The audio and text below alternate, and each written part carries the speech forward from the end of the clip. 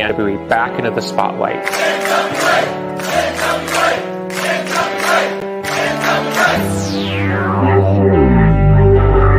I was thinking that it might be a good idea if you and I formed an alliance. Let's get ready to rumble!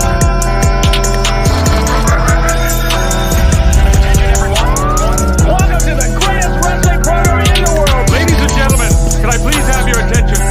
Stop what you're doing and listen.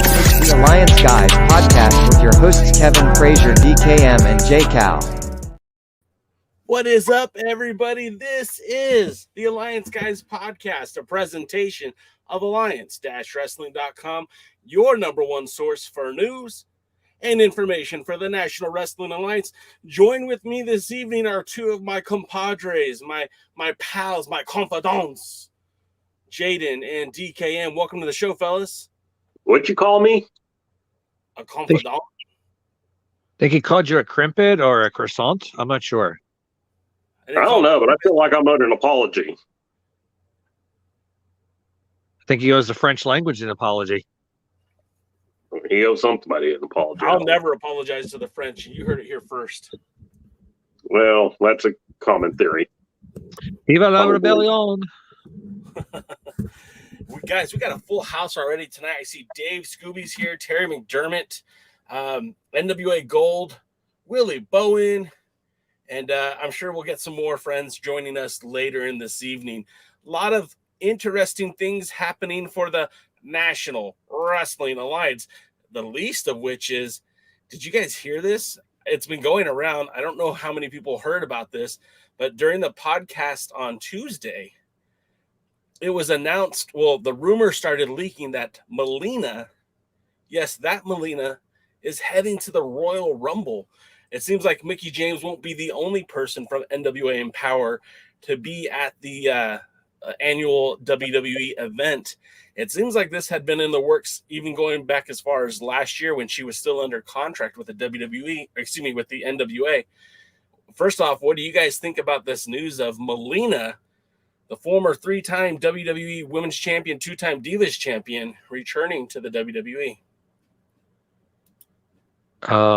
Yay? I mean, I can't say I'm... Go ahead.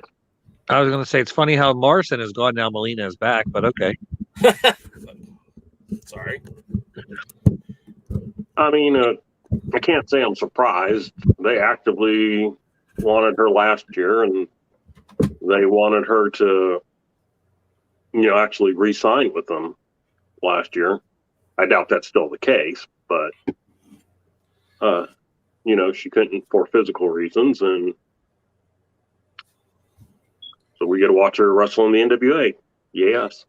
Did you, either one of you, find it odd, as I did, that this, the way that the show kicked off on Power was basically Miss Melina talking about how she felt disrespected by the NWA because they wanted her to compete in another number one contenders match, and May Valentine kind of suggested, what if you get fired? And she goes, why? For believing in myself and having confidence in myself.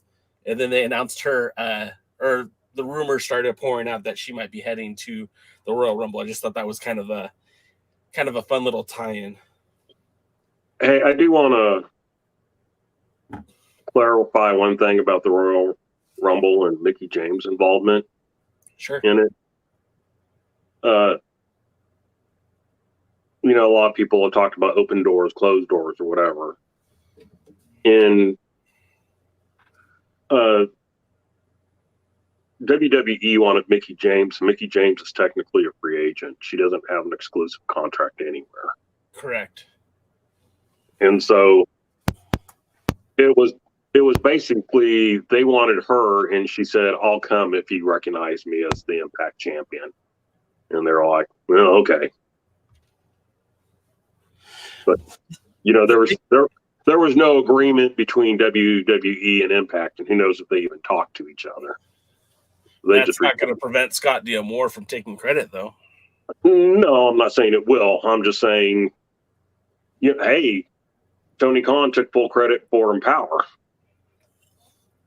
He just wanted to be thanked. And he took a lot of credit for the last ROH pay-per-view. So, apparently Tony Khan's responsible for everything that happens in wrestling. Also, apparently, took credit for the birth of Jesus and the Olympic Games and Silly Putty. And that's my favorite. Yeah, he'll take credit for whatever you want to give him, even a little tiny little bit of acknowledgement for. Well, he did come up with the new Coke formula that was rejected by the population. That's why we have Classic Coke. We've always had Classic Coke. If he's in charge of new Coke, at least it's not Crystal Pepsi. I liked Crystal Pepsi. You also like avocados. We don't hold that against you. I mean, we really should. That's rough. It's rough, buddy. Well, you're our token white guy here, so what do you expect? Well, Kevin's not here, so someone's got to do it. Got to make. The other bit of news that came out this week, of course, on the pre-party, we talk a lot about this stuff. We spent the first 20 minutes of the pre-party talking about the news and information for the NWA. Team Hex, their title match their not title match necessarily, but their trip to Germany as part of West Side Extreme Wrestling. That show has been postponed because of rising numbers of COVID in Hamburg, Germany. So that's one thing that came up. We talked about on the pre-party about of course, the main event for Catalyst Pro Wrestling in New York, which will feature Trevor Murdoch teaming with Homicide against Colby Carino and Wrecking Ball Legursky. Again, you can head to alliance-wrestling.com for all that news and information. Also, another bit of breaking news from yesterday. Taryn Terrell will be the one to challenge Camille at Power Trip. That was kind of out of nowhere, considering Taryn Terrell hasn't really been much of an active wrestler in the NWA as of late. DK, I know that you've been following the show pretty closely. What are your thoughts on Camille getting Taryn Terrell as a challenger? I don't know. The last time Taryn Terrell did any in-ring related thing was that horrible social distance match. Yeah, I mean, if Jim Cornette had saw that, he'd be dead today. He would have exploded off of that. It was just, I like her character. I like the personality. I like that she dresses skimpy. I mean,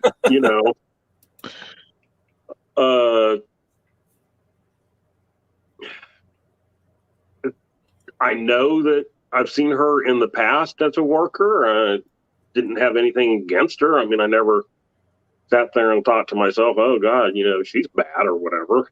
Sure. Of course, it was an Impact, so that's like the witness protection program. Yeah, I mean, she's a former Knockouts champion. I mean, if you talk to people who were familiar with that era, she was a huge star for Impact, with the matches she had with Gail Kim, but never really translated into anything past that. But yeah, Gail Kim carried her, and apparently she was a good match, and they enjoyed it. And what I see this as is the NWA doesn't want to start and create a match and build a storyline and build interest in it, so they'll just take somebody with a name and put it right there against somebody who's a champion. Yeah, I think you're right. But my question is, though, and it may actually be more appealing to people who are on the outskirts and only know names. Yeah. As opposed to somebody who watches the show, because it's like, my concern isn't if the match can be good or not. If both of them show up in shape, and, their styles don't clash, sure, they'll have a good match, but it's just, she hasn't worked. She's been injured. Yeah. And I think that's the bigger thing, is that she's been injured. And I don't know if this is a sign that she's been medically cleared to wrestle. Or if she'll give it away to Genocide at the show. That's another thing that could happen. Yeah, bait and switch. But that would be a good bait and switch because I'd like to see Genocide and Camille again. When Genocide lose again, and if Genocide's not going over, Genocide shouldn't be nowhere near Camille. I kind of agree with you in some regards. Our pal Dave Scooby said, "Is this a way to get Genocide involved and go after Camille?" Because they had a pretty good match early on before Camille was world champion, and I really feel like Genocide would be a good opponent for Camille. But to what you just said, Jane, I think they should keep them as far apart until they're ready to pull the trigger on that. Because I think it would behoove the NWA to build Genocide up as a potential replacement for when Camille gets that phone call. Because I'm sure that call is going to be coming sooner than later. I don't fully agree. And here's my reasoning behind it. Despite the way modern wrestling works, you don't have to have a 100% clean finish. No. And so there are a number of ways to do the match where nobody has to take a pinfall or a submission or a clean one at least, and that things can get going. I mean, Melina could come out and hit them both with chairs. Since she should be the number one contender, blah, blah, blah, blah, blah. And so I think it's good to give a little bit of taste of what can be out there. I mean, I don't know what Camille's contract is. I don't know if anyone is looking at her or not. I kind of feel like if WWE had been interested in her, they might have already taken her. Yeah. And so then the question would be, is AEW interested? And, we all know there's a lot of politics in getting into AEW, at least for a real run. Well, maybe if she starts dressing like a Japanese schoolgirl, maybe she'll get a shot at AEW. She might. That would probably be her best chance. She'll have to shrink a little bit, lose some weight. But, or if she was a real Japanese schoolgirl. I mean, didn't Riho Ho Ho Ho, turn pro at age 9 or something like that? Yeah. Something like that. So, anyway, I don't. It's just the standard. I don't know what they're doing or what their plans are. Maybe they can surprise me and pull off something good. But I have a legitimate question for both of you. I have a legitimate answer for one of you. I have an illegitimate question and answer. You also have some bad jokes. Based on the last, let's say, I don't know, 6, 8, 10 weeks of NWA and the way things are booked, do you have any confidence whatsoever that they'll be able to create a finish in the match with Genocide and Camille, or even anybody, to make somebody want to see the rematch and for both people to come out stronger? I don't think so. No. Okay. That was I guess that answered our question. So what's next? More of the news we heard in the NWA that the former tag team champion, the Rock and Roll Express, are on their farewell tour. And this is kind of crazy, right? Because it's not because they're retiring. It's because Ricky Morton wants to focus on working with his son, Kenny, and still wrestle and maybe take more of a backstage role for some wrestling company. But that's the reason why the Rock and Roll Express is finally coming to an end in 2022 after being a tag team since 1983. Oh, wait a minute. What's his son's name? Did I say Kenny? What is You it, did. Carrie? Carrie. I apologize. So, it's a good thing we're talking about this without Kevin, because that would probably be a 30-minute speech right there. He'll probably got a second scar on his neck. Probably. a matching one on the other side. But look, I think everybody knows our basic feelings about the Rock and Roll Express still wrestling. So, and the idea that he's going to continue on wrestling to team with his son is scary. Yeah, but his son can do all the work, and he can just come in for the comeback. It'll be the complete opposite of what he's been doing for the last 305 years. I don't think he'll know how.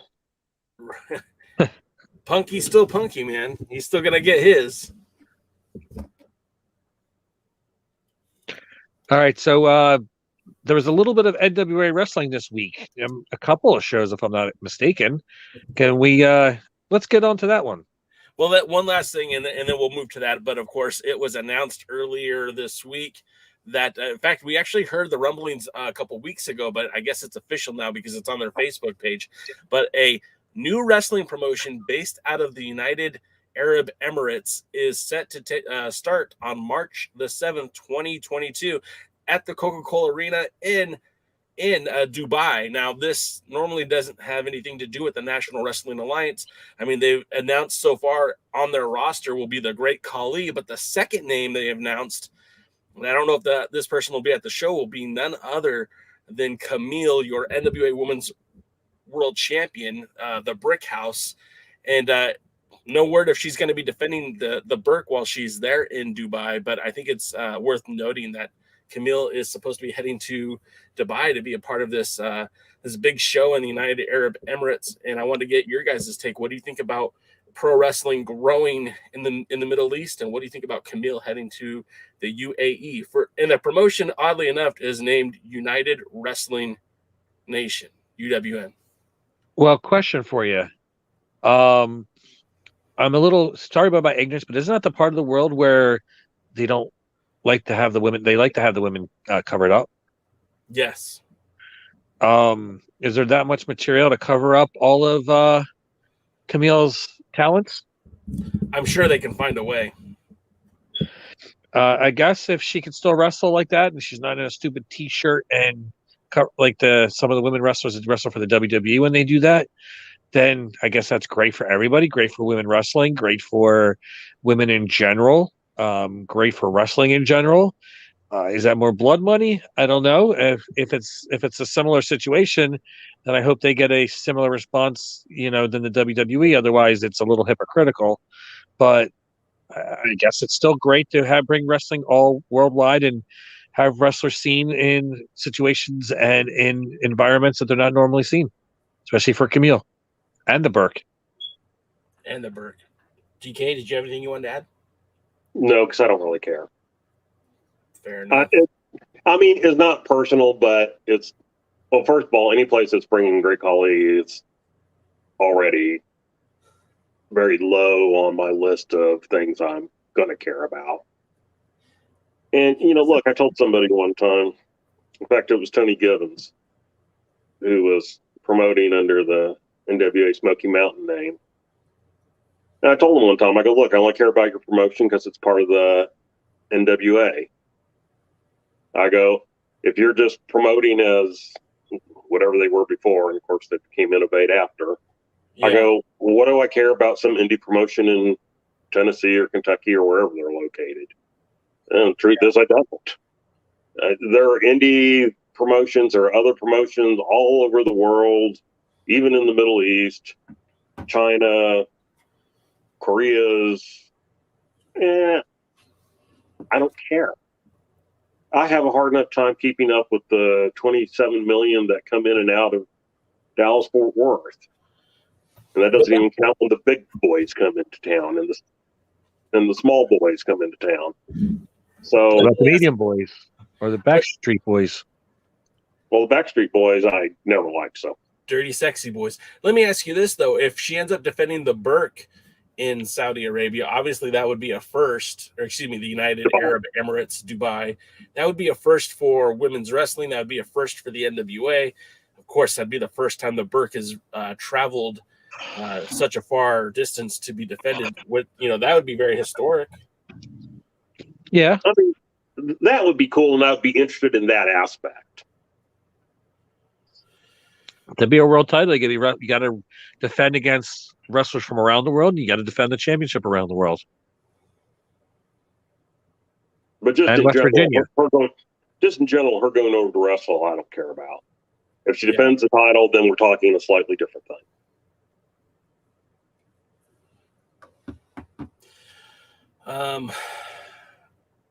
Jay, then, you need some caffeine. You just need something going. You need to smile more. All right, never mind. Get that smile. Real quick, James H. Jackson, our pal, our friend, our buddy, says not in Dubai. Things are semi-relaxed there. She won't have to cover up there. So I have heard that. I know that Dubai is very, very cash rich, and I know that things are a little bit different in Dubai than from the rest of the Middle East. I'm not entirely sure how that all works out, and it's totally above my pay grade. So I guess. Well, Dubai is very Western friendly. Yeah. And so they like Western things. And it probably should be specified we're talking Dubai in the United, Emirates. The nation as a whole, I don't know that, they're as open in some of the rural areas. But I'm not qualified to speak about the entirety of the Middle East, let alone Dubai. So, yeah, but the city of Dubai, they're very Western. They're like the city of Houston in Texas, and not so much like the city of Dallas. I think you're thinking of San Antonio or maybe Austin. Houston should be part of Louisiana.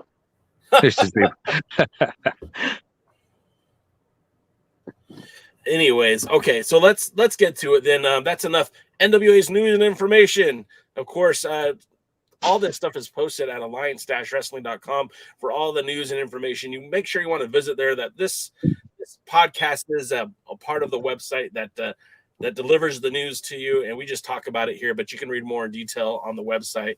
Of course, alliance-wrestling.com. That'll take us to the NWA. We're going to go back a little bit. We're going to go back to Saturday when the NWA made its debut on YouTube yet again, for this time with the USA program. I know, Jaden, you paid a lot of attention to this program. It's the first NWA programming you've seen in a while. What were your initial thoughts on the show? So immediately, I wrote down that May Valentine's fake eyelashes actually create a shadow on her face. That's the very first thing that I write, because it bugged me that her fake eyelashes were so big that they were catching the light and they were making a shadow on her face. So talk about the details of my notes right here. This is true stuff you're only going to get on the Alliance Guys radio station. On the Alliance guys, Guys I think podcast. I'm going to take a break for the next 15 or 20 minutes. Let me know when Jaden's done. You said 15, 20 minutes. He's got 18 pages of notes. This is the show tonight. Exactly. Well, in that case, see you all next week. All right. Besides May's eyelashes and the shadows that were projected on her face, what more could you tell us about this program? Well, first of all, May is a little awkward, and I don't know if the interview was a great way to start it off. I'm not sure. Again, this is my first time really, really paying attention and getting to see May Valentine. She's got an interesting look, but she seems very unnatural on the mic. I don't know if it's just this particular situation or if it's her style and her unique personality. I didn't dig that too much, but I did like that they were putting over father versus son and that they were willing to do what they needed to do. On my notes is basically what exactly is a Hawks Airy? Because I tried looking it up on Wikipedia or YouTube or the Google or anything, and nobody has a clue what a Hawks Airy is. But apparently, other than the name of the tag team, it's interesting to see father and son against each other. And they put over that this was an awkward situation, but that they were willing to do whatever they needed to advance the championship. That's a good way to make the championship mean something. So I have an answer for you on what I have two answers. So. Okay, go ahead. An airy is basically like a nest on a cliff for birds. So like when you say Hawk Airy, it's basically saying like the Hawk's house, the pun off of the last name's Hawk. So that's that part. Okay, well, you found And that on then YouTube, but I couldn't. I got some background for you on May Valentine. We actually talked about this during your long weekend. And, she's Brazilian. English is not her first language. I don't even think it's her third language. Yeah, I don't either. And so one of the things that causes, other than Kevin magically showing up, is that she tends to be, first of all, she has an accent that she does a pretty decent job of hiding, but it still comes through. And also she has to think more for her words because, like Jay said, probably not even her third language, which makes a lot of what she says more deliberate. And I was not a fan of May Valentine when she first showed up, and certainly not when she first doing the backstage interviews and stuff. However, over time, I've grown to really like her. Maybe when I see her more, then and I'll seem to like it more, or get it more to it. I could just see it. This is my initial experience, and it seemed off-putting in a way. But now that knowing that, I guess it's understandable. Yeah, and I think that's kind of the way it went with us. We'll let Kevin speak for himself here in a second. But for me, at least, it was like once I started thinking about it and realized as she enunciates her words, and you can kind of see her mind thinking about what to say and how to say it. And so, it's grown on me, I guess.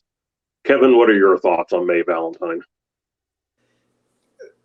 I really mirror exactly the same sentiment. At first, I was a little critical, but also too, this is the this is the price of having a very culturally diverse program, especially when you have people that speak multiple languages and they're making the effort to speak English, which I think is great. It's just part of it. The other side of it too, though, one of the best parts about May Valentine is that she typically asks really good questions in her interviews. I would say, if I were to say what has been her lasting value, it's that she typically, not always, but a majority of the time will ask good questions that are somewhat provoking for the person she's interviewing. So I would just say those are probably the strengths. And I mean, obviously, she is kind of a social media personality, so I think that she's there to also bring kind of attention, maybe to her own audience, which is a very international audience. She's a best-selling author, as far as I understand. So, I mean, it's just it's just kind of a wrestling thing, And I like that the NWA is willing to have that kind of international flair, and this is just what happens. I mean, how do you think American wrestlers sound in Mexico or trying to speak Spanish when it's not their first language? So again, it's just kind of part of the deal. That's kind of like Jay not being able to speak any kind of French at the beginning of the segment. So I guess it makes sense. True. So what was next on your notes, Mr. Jayden? Well, the next thing I wrote in there, please get Austin Idol off of the broadcast. He is horrible. He is distracting. And while Velvet started off kind of okay, as it went on, they became more and more distracting and took away significantly from what was going on inside that ring and basically what the NWA was trying to put over. They need to get rid of them both, flush them down the toilet where they belong. It's just absolutely horrible.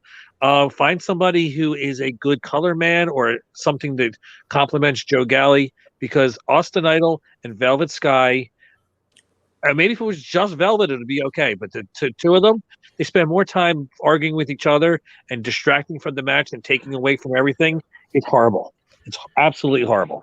I'm going to jump in and agree 100% with you, Jayden.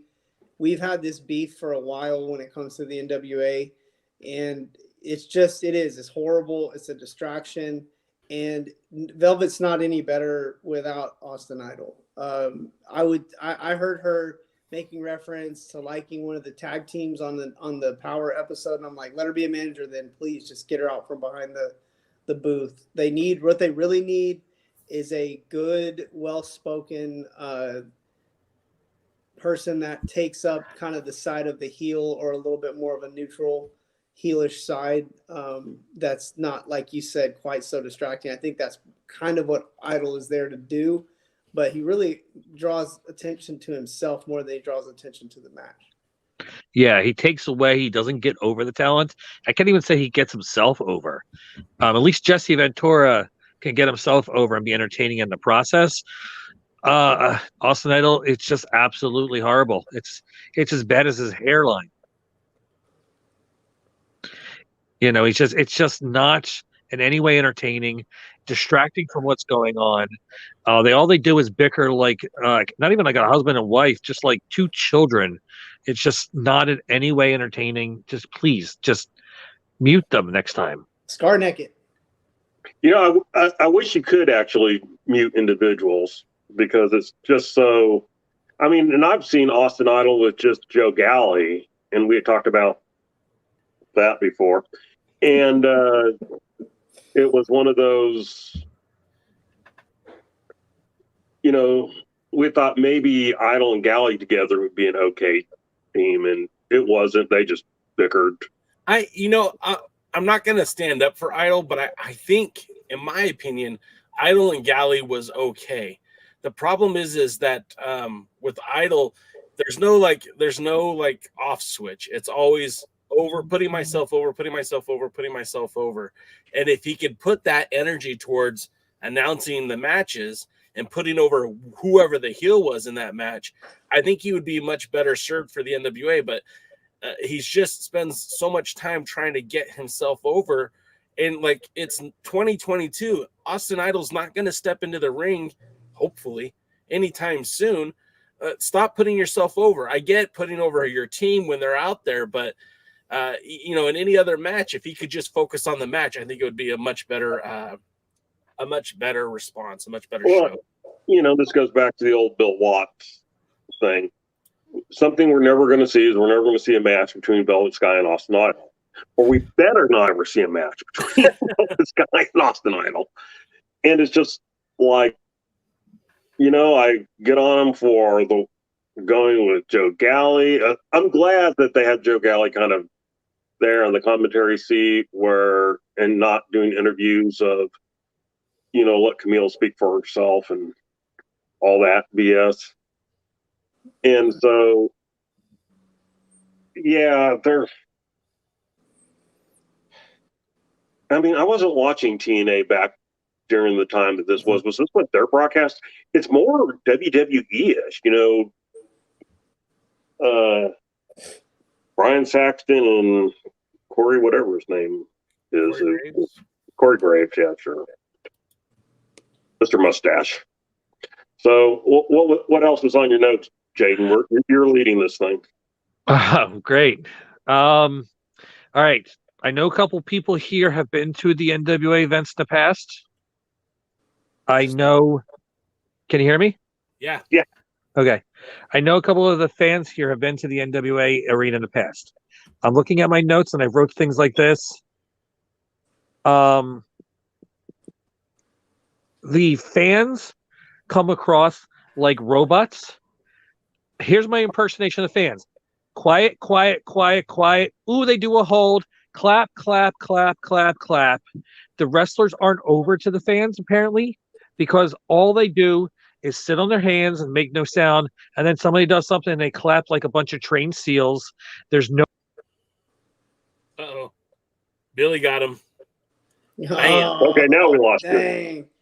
Billy, man, get off our show if you're gonna mess with it. It's the 5. Oh, can you hear me now?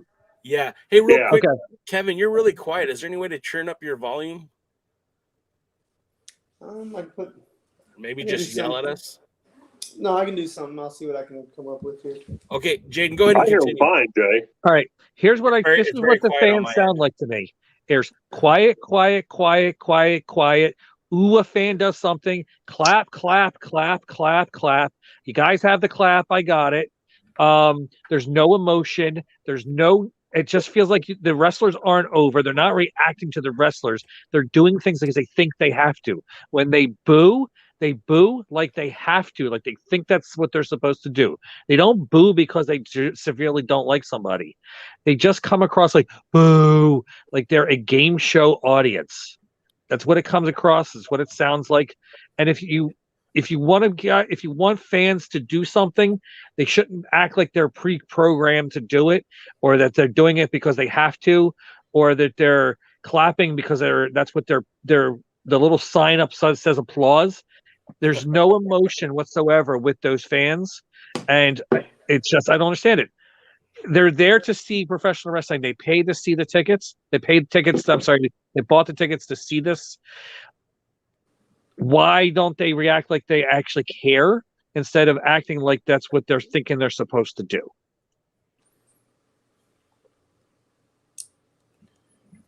And then Jaden said, dropped forget out. about it. I'm out of here. Drops the mic. Dropped the mic and left, but he needs to come back because he's the one that's taking us through this thing. Well, real quick, here's a look at the updated junior heavyweight brackets. That was made by me today, or not made, but enhanced by me with the new names on the list. As you can see, Austin Aries, Luke Hawk, and Colby Carino are set for the second round. I know we kind of jumped ahead because I wasn't sure how quickly you're going to come back, Jaden.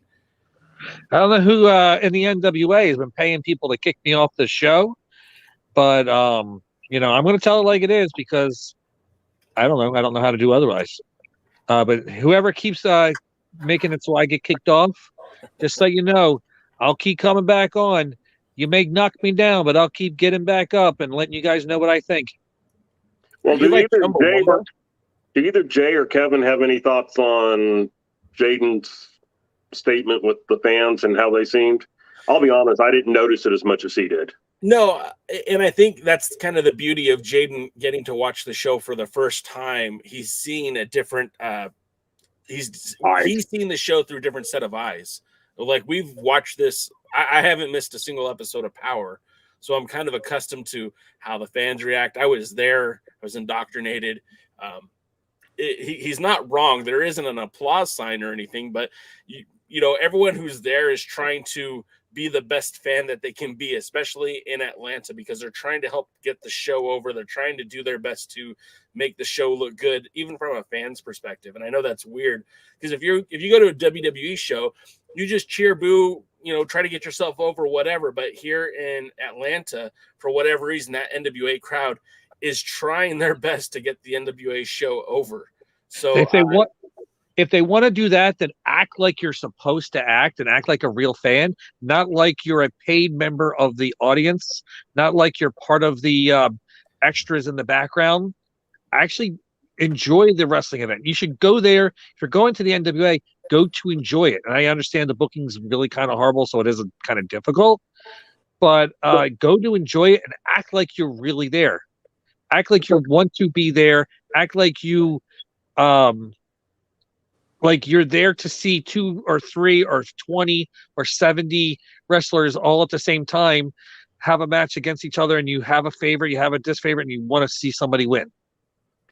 Kevin, do you think part of the problem might be that the people that end up going to these shows are such hardcore fans from, even around the nation, as opposed to just like a local group that comes in? No, I think what you're probably seeing happen is that these fans are probably interacting with these wrestlers. They probably want to be buddies and friends with them. They want to be on the good side of them, and they don't want to be those fans that get recognized because there is such a small venue that if you're going to be that fan that everybody hates, like you're going to stand out and everybody's going to know it's you. As where if you're at a big event like a WWE event,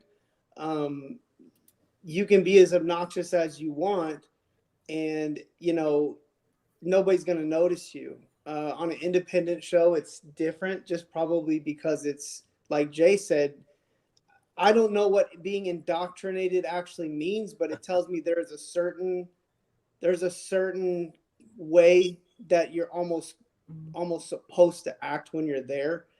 And if there's anything I can tell about the NWA is that they're very adamant about controlling their content. it's one of the things I don't like about the NWA is that they're quick to cut you off on Twitter. They're quick to block you. They're quick to dance around criticism. And I don't think I would be willing to bet they wouldn't be very welcoming to overly critical fans, nor do the fans, I think, want to get on the bad side of the people that are there, because they're probably pretty close with them, getting to meet them, and probably don't want to ruin that. So they're trying to I would say they're trying to play nice, would be a lot of it. And, there's probably other elements to it, but to me, that's going to be my guess, just based on. Well, I kind of feel like that goes with what I kind of feel like that goes with what I was saying, is that what you're not getting just a fan base. You're not getting an Atlanta fan base there that just comes in to be part of the tapings and to see wrestling. You're getting, Jay from California, Bob from Michigan, whoever. Dave Scooby from up north. Yeah, Dave Scooby. And, Dave Scooby put in the chat, he goes, I was there for the tapings. A lot of fanboys know-it-alls. They want to be part of the show. I got looks when I was cheering for Latimer and Masters. So, If you guys want to be extras, go to Hollywood and get paid $99 to not stand out or do what you're told to do and act like an idiot. You guys come out. When the old AWF, the Alperstein Federation, had paid fans who acted more natural, it's a really bad look for you guys. So, if you wanted to be part of the wrestling event, that's the problem. Too many people want to be part of the event instead of actually going to enjoy it. Too many people think they're a star. And I have to blame ECW that kind of started this whole thing where the fans thought they were part of the show. Why not, instead of trying to be part of the show, why don't you, I don't know, just sit there? Do you go to the movie theaters and think you're part of the Marvel Cinematic Universe? Some people do. Yeah, I know. They really do, though. I mean, they do. They do get involved in the movie theaters nowadays. I don't know. Good thing. At least, I guess it's a good thing. I don't know. I mean, at least you love the NWA that much.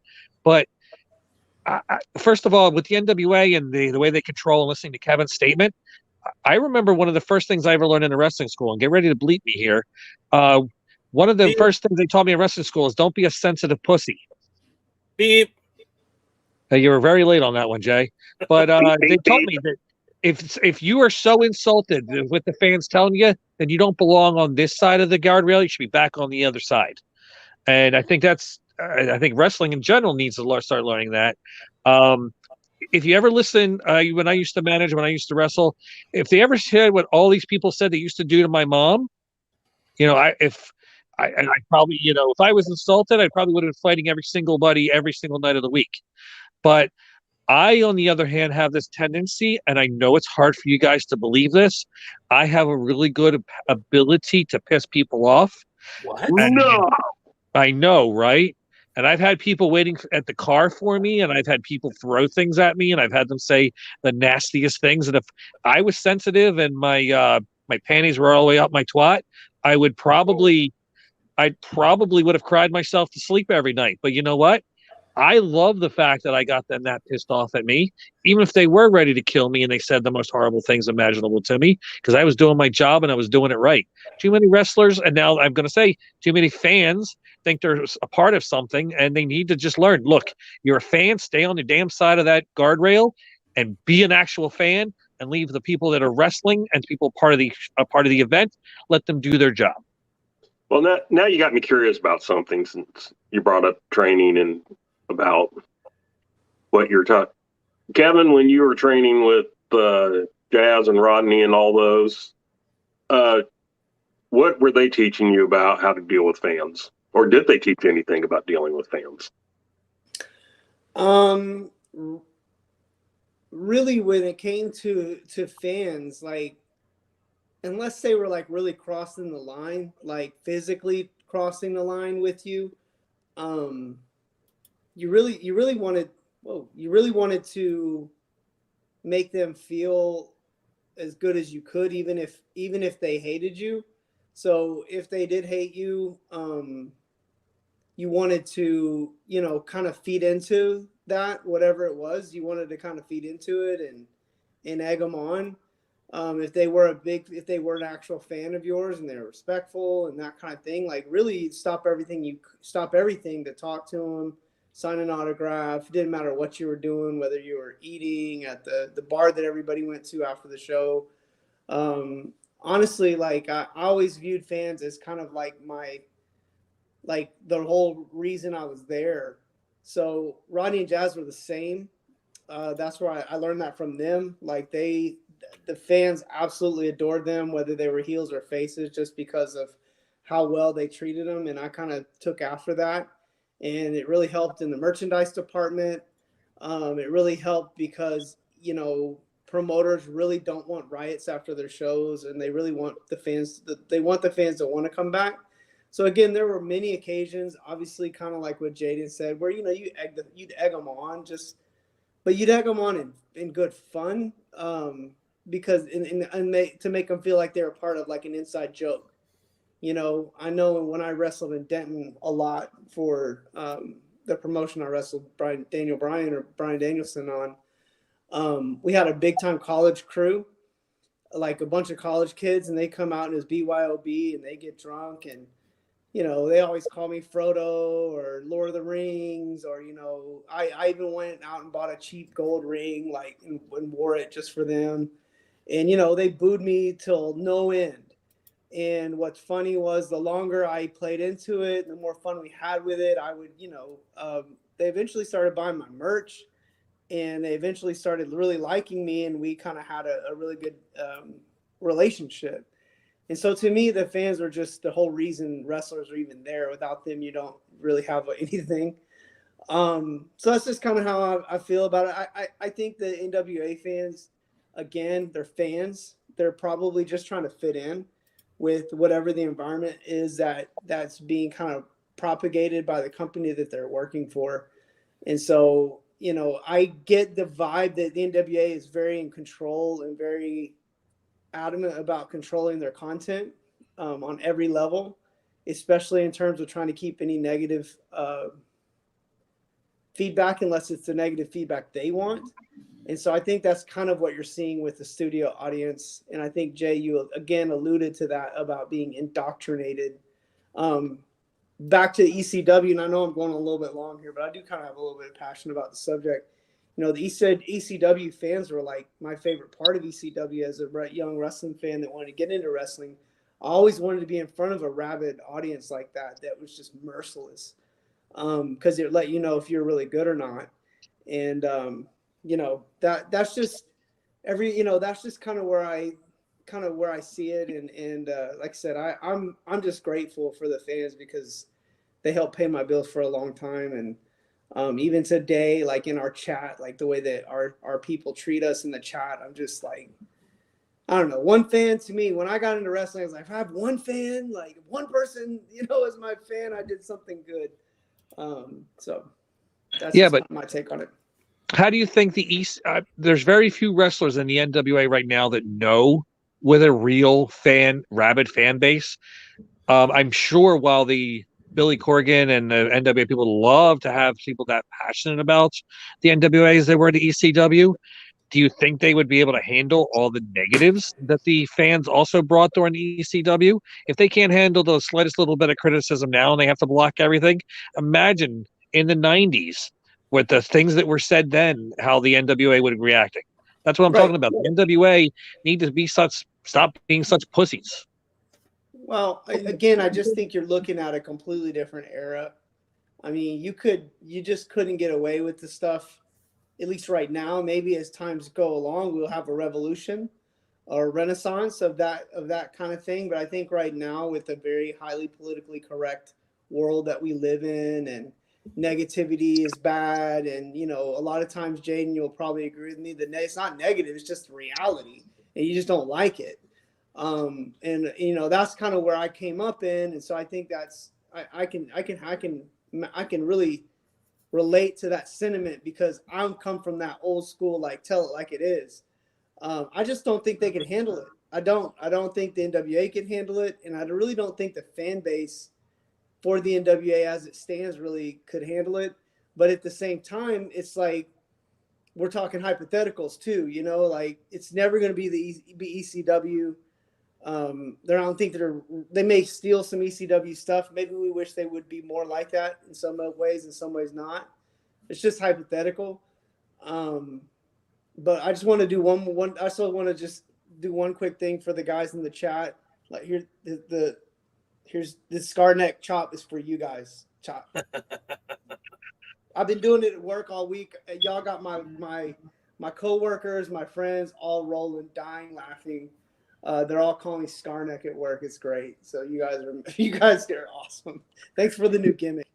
Your new name is Chief Scarneck McDouglas.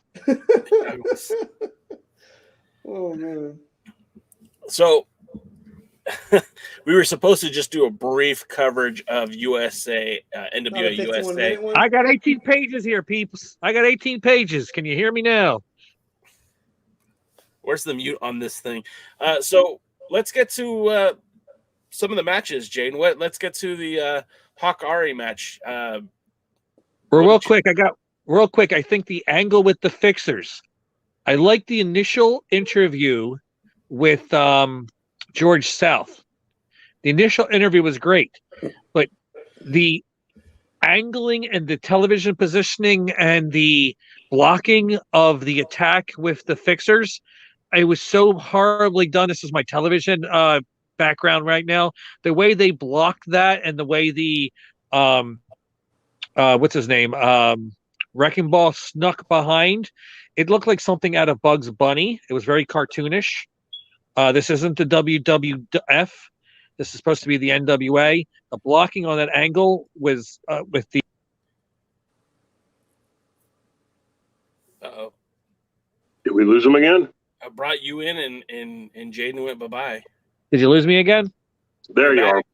All right, yeah. So somebody who, as a television producer, has to learn how to do proper blocking with the angle. It just did not work out very well. At that with the attack from the Wrecking Ball Legursky on the back of George South, it came across too cartoonish, too much like something you would see in a childhood school play. In fact, I know school plays that had better direction and blocking on that. It was too obvious and the fake and just not good looking for that angle. But I get into the match now with Colby Carino and C.W. Anderson. I wish they would have brought up more of the family history instead of listening to Velvet Sky and Austin Idol again, just sit there and act like a bunch of morons. But the history between C.W. and the Extreme Horseman with the father of Steve Carino, that would have been something great to bring up in the history. To help CW help train Colby Carino along with George South. That's something I think that should have been brought up a little more, or at least made more apparent. I actually very much enjoyed the match. A lot of my notes is how good CW is at the small things. His punch is just absolutely amazing. One of the best punchers in the business right now. If you watch that, anybody learning how to do that, instead of doing those stupid little forearms that don't look like they could hurt a 9-pound Japanese schoolgirl that wears doily on her arms, maybe they should learn how to do a punch like C.W. Anderson, and wrestling would be, I don't know, maybe drawing money again. But the match it wasn't perfect. It wasn't like the total 100% smooth, but I think it's the best Carino has looked in a very long time. In the little bit I've seen him in the NWA, I've seen some stuff. I know he can do more than I think the NWA lets him. But again, that match between them, it wasn't a 5-star classic, but it was what it needed to be done. I guess I wish Carino had more legitimate heat, where the crowd reacted not like they're supposed to boo him because they wanted to boo him. But I very much did think that match was a good opening match for the broadcast. What do you guys think? Yeah, I thought it was a nice. The angle itself, I thought was, they needed a reason to get the Fixers out of there because you wanted to have a straight up wrestling match. I think it behooves the NWA to have a cleaner tournament. You don't want to have a bunch of interference. And this is supposed to be the more competitive show, the more athletic show. So allowing Colby to go out there and have a more athletic match, I think would be better than if, Wrecking Ball Legursky was trying to interfere or anything like that. So I was okay with it. As we've kind of on this show in the past, none of us are real big Colby fans. I know he's won over a lot of our listeners, and that's fine, but I can't get into Colby. And then seeing C.W. Anderson, somebody who in my mind is a heavyweight, wrestling in a junior heavyweight match, it was a little deterrent for me. It was hard for me to, again, get into the match, invested in the match, but I thought the match itself was pretty good. Are you guys waiting on me? I didn't get to watch the show, the NWA USA. I did watch Power, but you guys know I'm not a big Colby Carino fan. But I will say that I really like what Jaden said. That and again, I don't mean to harp on the announcer thing, but again, I love old WWF wrestling pay-per-views. If you were to be like, what do you watch the most? It's probably like WrestleMania 2 or just those older WWE. And my one of my favorite parts is the announcing. I just love it. I love Jesse the Body Ventura. I love Gorilla Monsoon. I love Vince McMahon. I love Bobby the Brain Heenan. I like the old WCW announcers with Jim Ross because just like Jaden was saying, they add so much to the story by telling the backstory.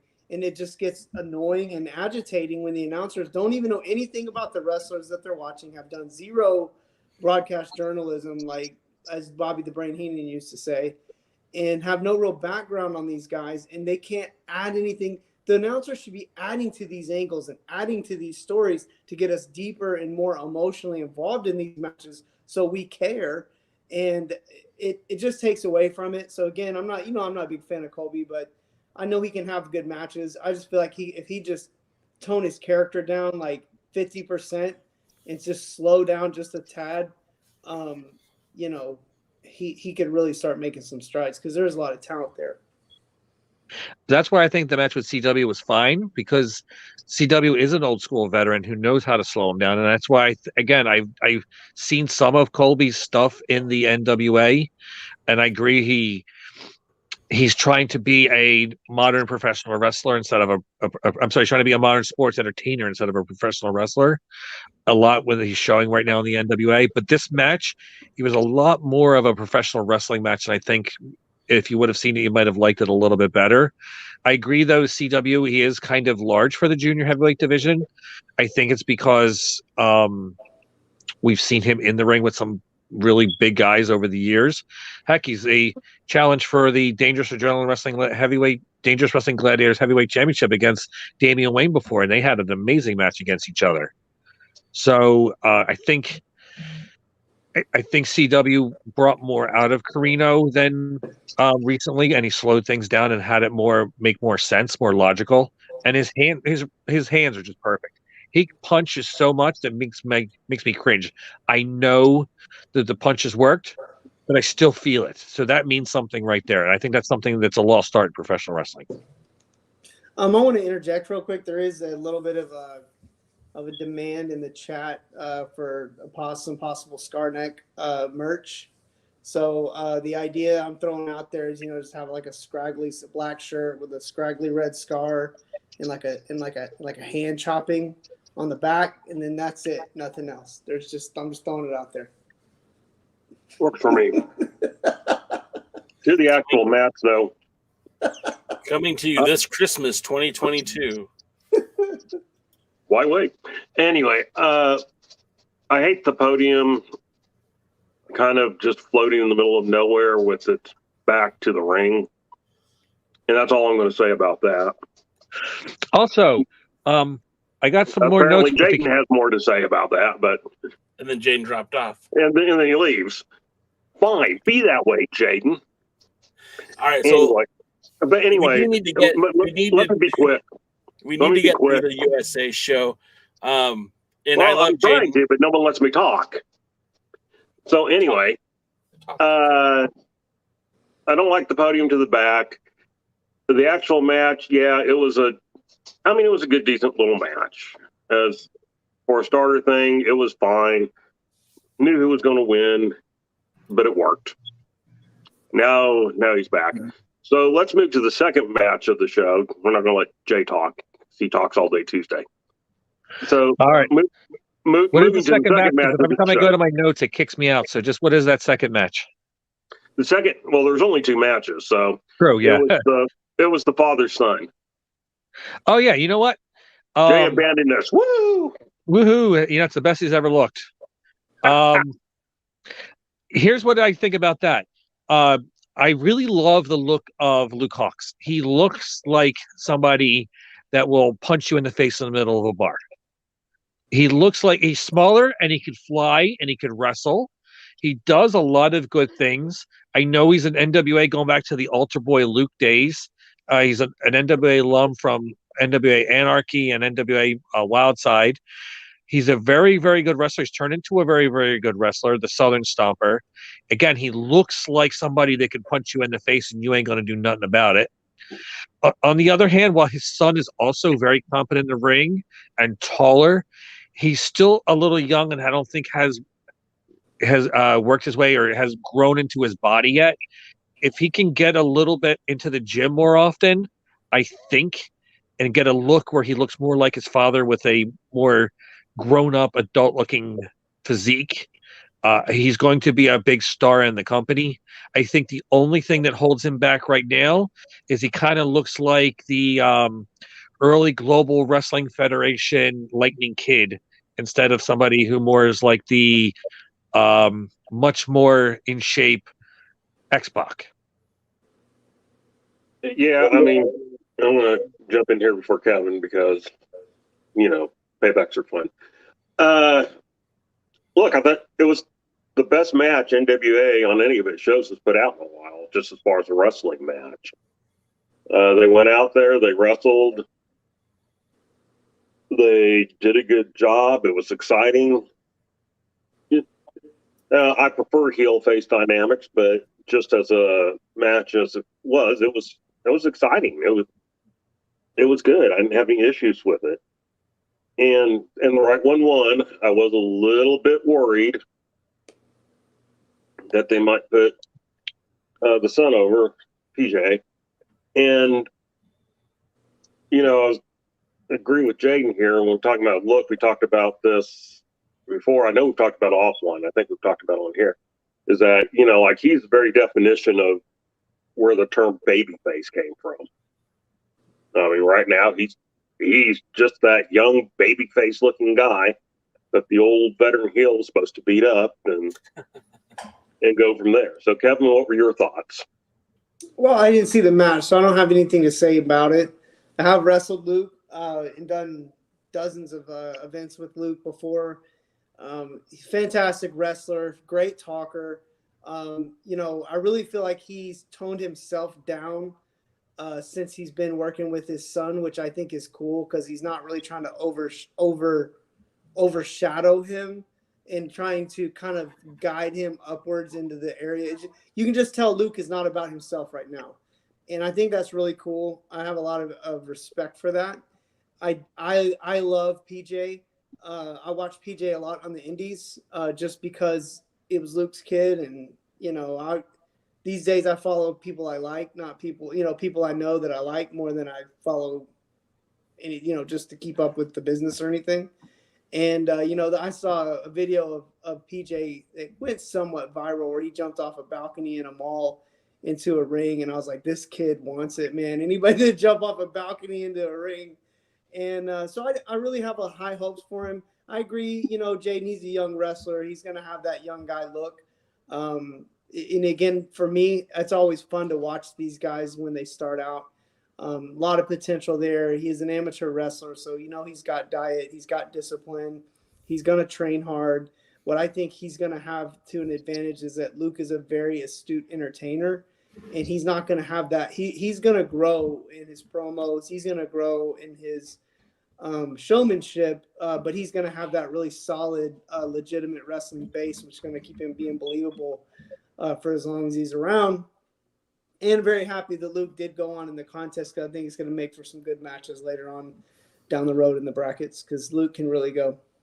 It makes sense because Luke has a little bit more name value. And also, if you watch the match, it very much came across as the young, excited, energetic, young baby face who was PJ against the wily veteran and the experienced wrestler. And I think the finish of pitting him, reversing the crab into that finish, shows the experience and the knowledge of the wrestler coming out against the youth. And I think that was a good story to tell, because that's how it should be.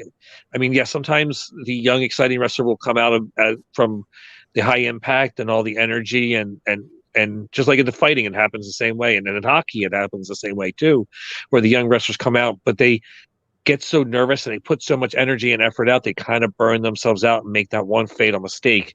And that's where Luke capitalized on. And I think that story that was told very well. And I really look forward to seeing the rest of the tournament now. I mean, Homicide, excellent professional wrestler, a great storyteller, knows what he's doing inside the ring. Say what you will, I've always said that Austin Aries is worth an absolute $1 million to any promoter who wants to do it. The only problem is he's not worth dealing with, even though you're going to make you $1 million. But Austin Aries, I think him and Luke Hawx will be very entertaining. Colby Carino, like him or dislike him, he's at least in that last match, he showed something. He has the talent, and I think he can go far if he just learns to temper the instincts that aren't really good, those bad instincts. If he could learn to temper those bad instincts and work more toward his advantages, I think he'll be able to do something really big in the NWA and become a big star. I don't like it. Or the next round of that, the Kerry Morton versus James Stanley. Kerry Morton, he's taller than his father. He's actually probably going to be someday better than his father was, even in his prime. But it's interesting to think of two second-generation wrestlers. In fact, Kerry Morton is a third-generation wrestler against each other. That's something that catches my attention. It's a good future story, and they have name value, even if it is adopted and brought down from their fathers. It's still name value that you could say, the name Morton, the name Carino. So that's something that's going to really excite me. And I have a feeling the 4 finals are going to be Austin Aries, Colby Carino, Arya Daivari, and obviously Homicide, because he's right there in the back.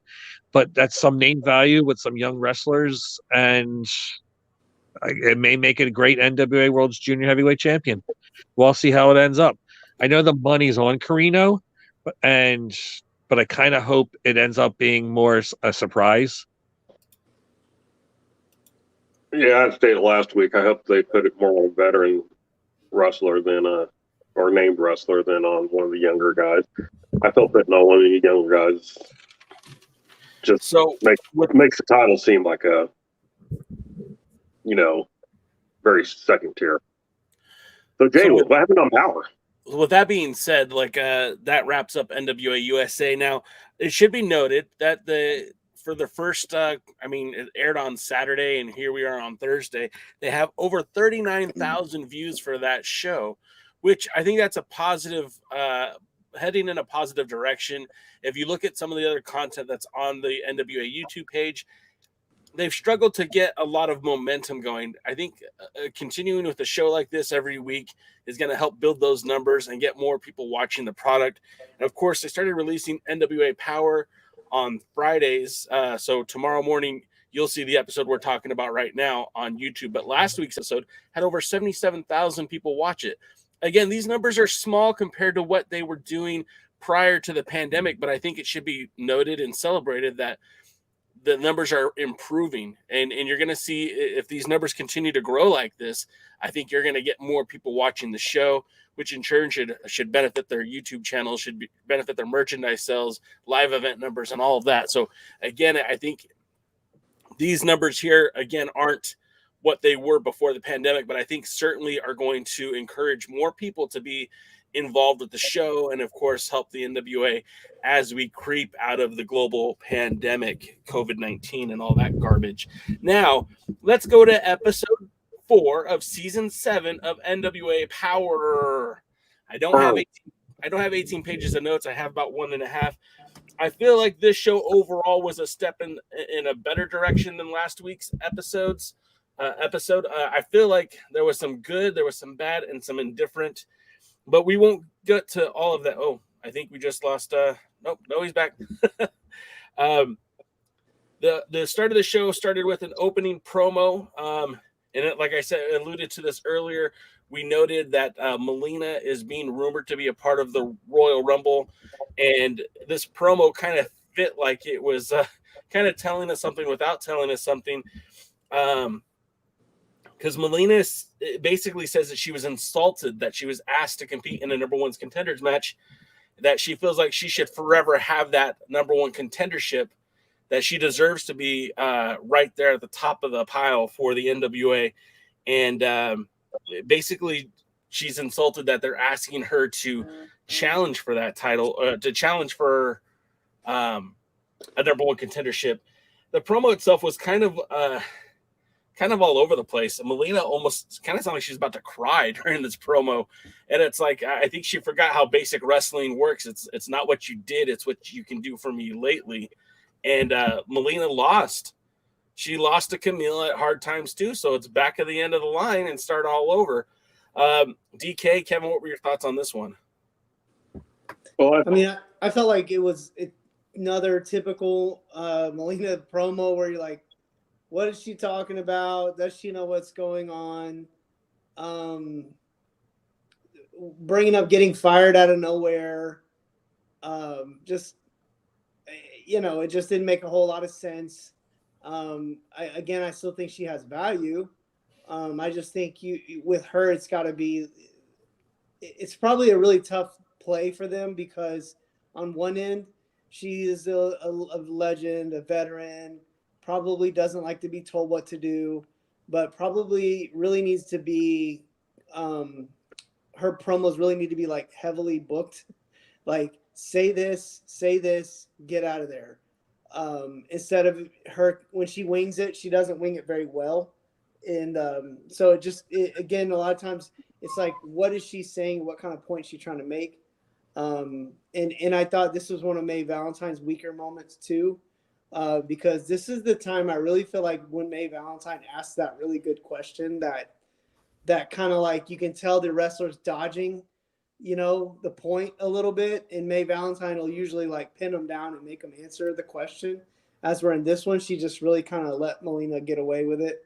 And, I thought this was as much on May as it was on Melina because we all know how Melina is. So why not like lead her to a conclusion as the announcer? Because it could have been good. It just wasn't. I think part of the problem here is that who is Melina? Melina face? Is she a heel? I mean, because most of her interview was very heelish. Mm-hmm. But at the same time, sometimes she wrestles very heelish. Mm-hmm. But then at other times they put her in the ring and she's like the face for the match, or her interview comes across more as a face. So again, I blame this on booking. Who is she?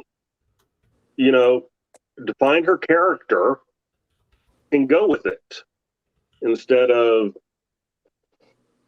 just kind of being wishy-washy about it. So I don't know. What happened after that, Jay? So that leads us to the four-woman match to crown a number 1 contender.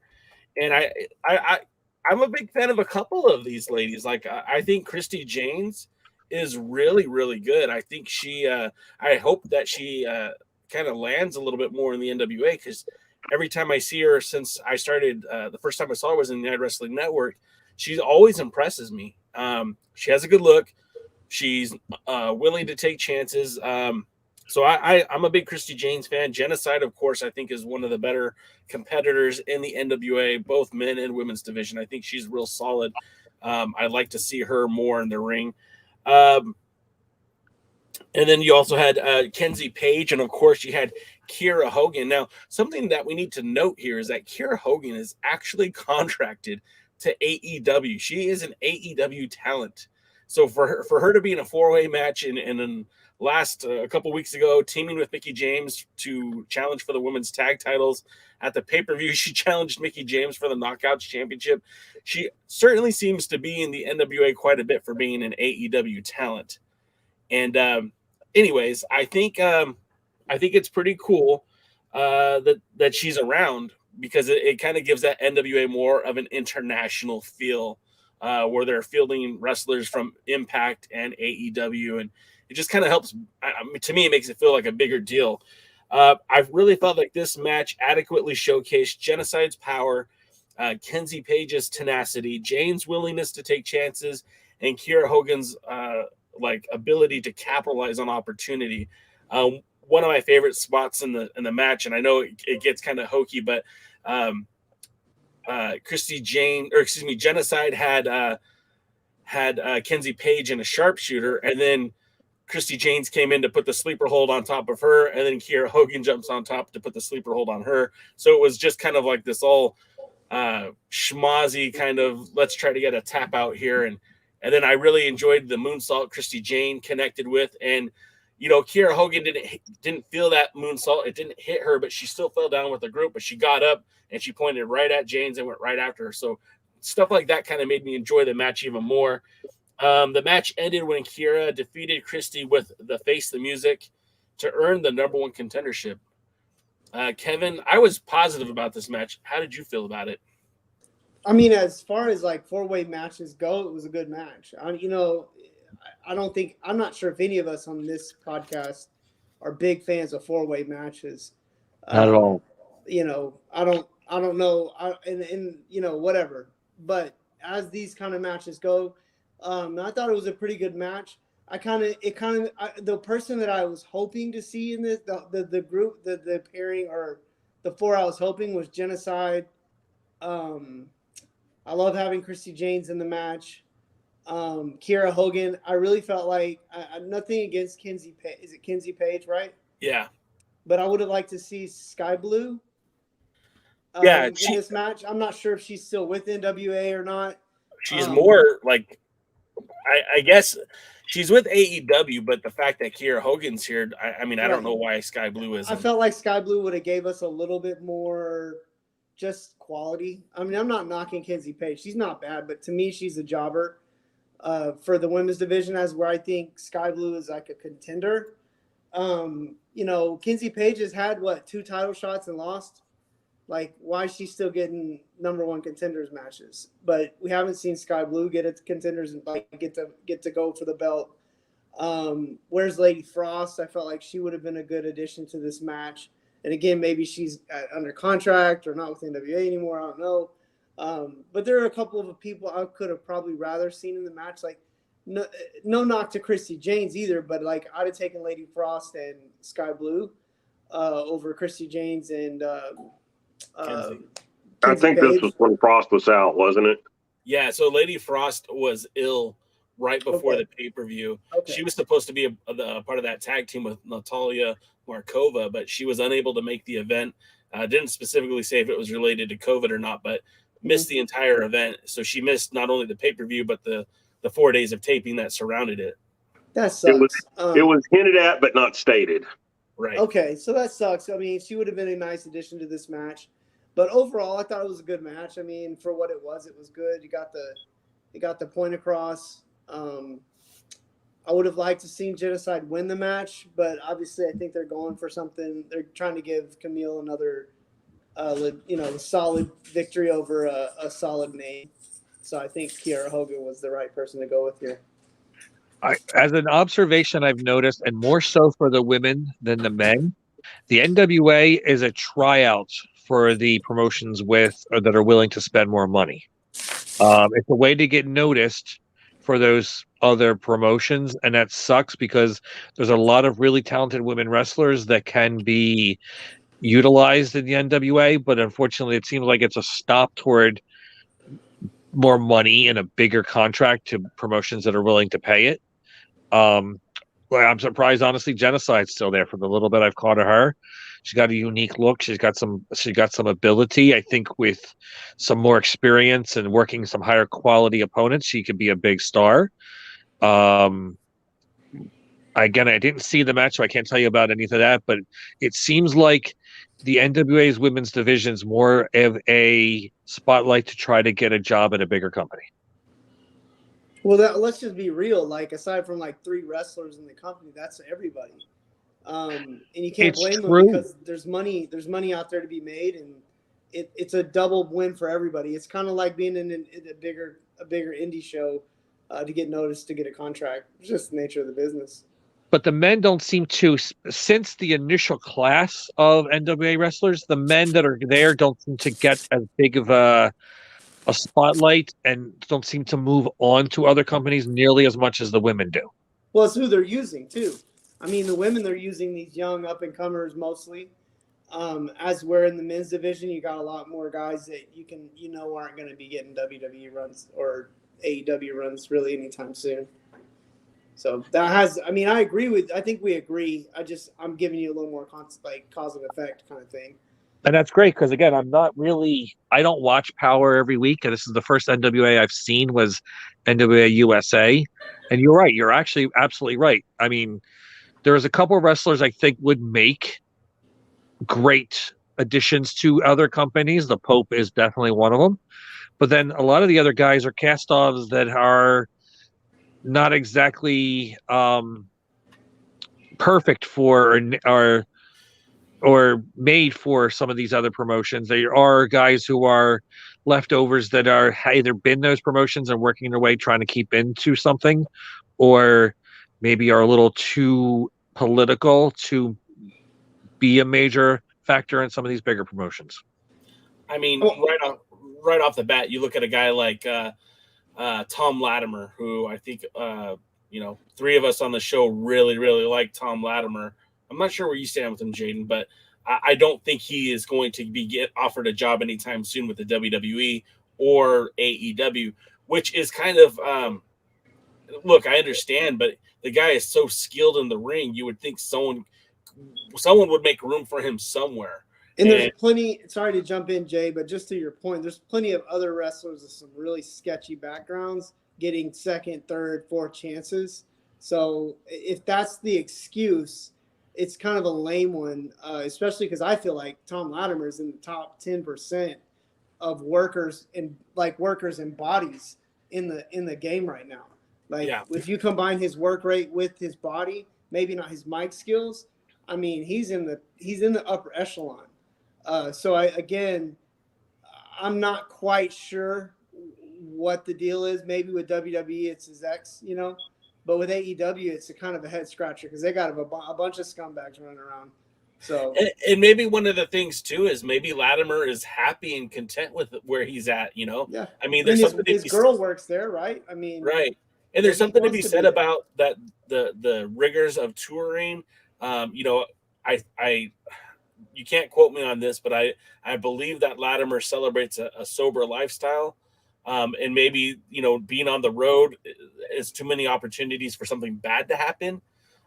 So, there's a whole slew of things that it could be, and it's the world's loss. It's the NWA's gain. The guy is extremely talented. Let's move on to the next thing real quick. James H. Jackson said he feels that Genocide, once she gets a little more experience, will be in a bigger company making more money. I can't knock them for that, as people should get the biggest money deals they can for themselves, which I think we all agree with. Yeah, we definitely agree. If Genocide drops a significant amount of body fat, she's gone. It has nothing to do with her in-ring ability at all. If she drops a significant amount of body fat and stays jacked with the look, she's gone. It's bottom line. DK, did you give us your 2 cents on this match? Who?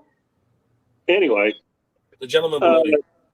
It's short, at least, because it's, the second week in a row they started off with a 4-way. Kevin praised it best. 4-way, sure, it was fine.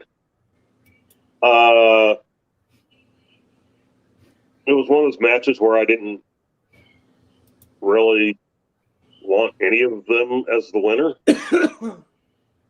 because Genocide's the only one who I'd like to see face Camille. Of course, we talked about that earlier at the beginning of the show. We didn't talk about it, though, on the air, GDK. That was actually just us talking. Oh, was it just us talking? Okay. Yeah. Well, I'm old. I don't remember things. But, yeah, we talked about if you're going to give Genocide a run, then you need to give her a real run and set matches up that would make you want to see rematches and all that with Camille. Something that a lot of people in modern wrestling don't like to do. And,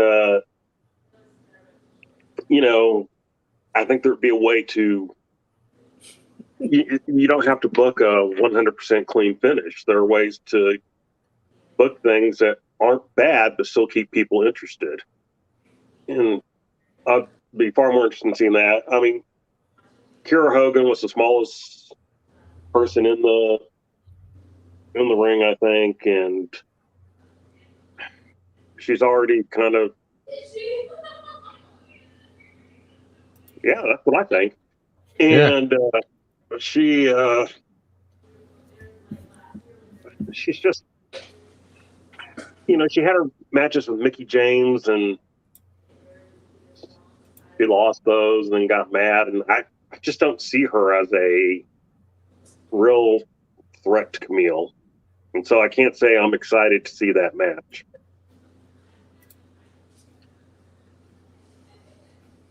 Sorry, guys. I got sisters in the other room cackling. That's okay. Did you super kick them right now, guys? If we need to take a pause real quick, there's a lot of shenanigans going on in the chat. It's great. Yeah, I'm getting ready to do it right now. Ron Gibson said that did I just die out? Ron says, I don't think the WWE would sign Latimer because the issues that got him fired were with Charlotte Flair, and she's too big a figure in their company. There was more to the Latimer story than just Charlotte Flair, but that was a big chunk of it. What would Luthez do says if the whole truth was known that every Wrestling Hall of Fame would have an echo. It's true, man. Oh, yeah, it's true. The thing about, and Kevin knows this more so than, Jaden too. Not everyone you meet in wrestling is a good person. In fact, there's a lot of scumbags. Maybe one of these days we'll get Kevin really, really drunk and let him tell us all the scumbags he knows. But I'm just kidding, guys. We'll never do that. NWA Gold says, I once had a dream where Power was entirely 3-way, 4-way, 4 tag team matches. Idol and Velvet were on commentary, and Tyrus held the 10 pounds of gold. I still wake up screaming. That isn't a dream. That's called a nightmare or a night terror. Freddy Krueger would cringe at that. Yeah, I don't think Jason would be dealing with that because this Jason wouldn't. And then Ron Gibson also says, come on, fellas, be sure to push like on this video. These are our boys and help them out with the YouTube algorithms. Thank you for that, Ron. Do appreciate the support. Again, we're here every Thursday and Tuesday, and we're talking NWA with you guys. If you like the show, thumbs up. If you really like it, share it. And that takes us to the next segment, which is our gal pal, May Valentine. She's in the back with the OKG and La Rebellion with Homicide. Now, something about this kind of makes me feel weird because a couple of weeks ago, you had a 6-man tag match, and the week before that, you had the End announced Jack Stain as their 6th man. But nobody from the NWA said anything about a 6-man division, a 6-man title, a 6-man tournament. But we're getting all these trios that are forming together. And so it's kind of weird because May's talking about some sort of a proposal, but we don't get the details of the proposal. And then the OKG makes it sound like it's La Rebellion's idea.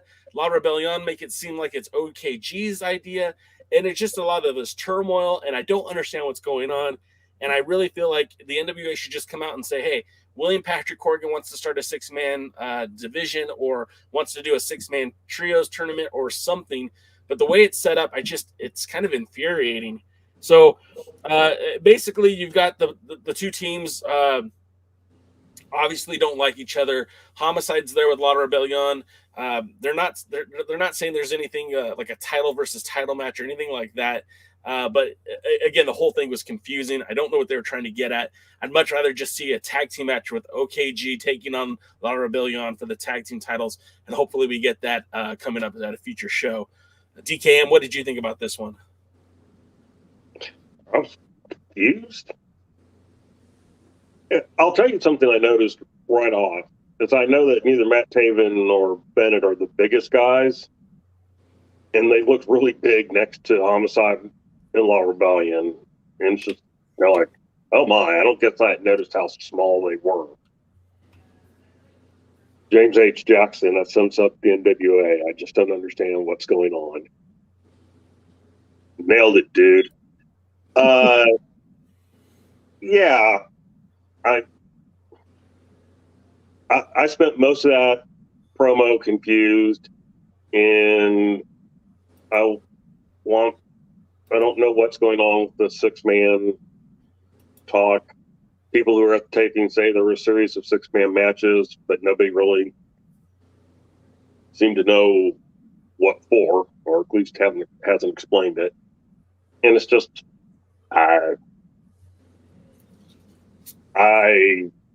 Kevin? Yeah, in this, the one thing I would say, the only thing that really stands out to me this promo, number one, it wasn't good, but also, we throwing them up, but also I felt like such goofballs, man. I felt like Mecha Wolf. Didn't he used to be like Mr. 360 or something like that? Mr. 450. Mr. 450, yeah. Mr. Yeah. But I feel like him in Bestia, and Homicide, like, when I think of less Homicide, when I think of the La Rebellion, I think of like Lucha Libre, like that kind of vibe. And when he gets on the mic, and he's got this like white paint, upside down cross, and crazy eyes, and La Bestia 666. You'd think when he got on the mic, he'd have a little bit of like an accent, and he would be like, ruh, ruh, ruh. And he gets on, he's like, by the way, we're gonna fight you, and it's like, dude, come on, like that's just ridiculous. And like, if I'm watching for the first time, first of all, I'm not watching for the first time, and it's ridiculous. But if I'm watching for the first time, I'm like, is that him really talking? Because that just doesn't seem like that voice would go with that body. So that part just stood out. I don't like promos like this where they're about to get in a fight and there's somebody in the middle and, I'm going to beat you up. No, I'm going to beat you up. Just promos are supposed to tell like a story about like the wrestler or let them get their idea across. Stuff like this where it's just two groups bickering back and forth. NWA does this a lot. I'm just not a fan of it. I just like put two guys out there or three guys, let them say what they're going to say, cut scene to the next group of guys that you want to have say something about what they're saying and do it that way just so everybody can get their point across, But yeah, I think Mecha Wolf needs to either not talk on the mic or La Rebellion needs to not talk on the mic, or they need to go with James, the devil guy. Well, I think too the part of the problem is these backstage promos.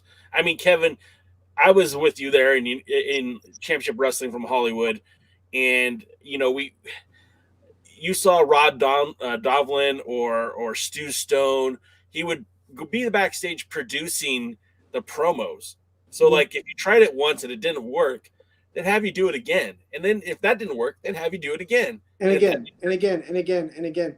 In fact, just a little behind the scenes, like whenever Adam Pearce would cut a promo or Percy Pringle, either one of those guys would get on the mic, everybody would watch, and stop.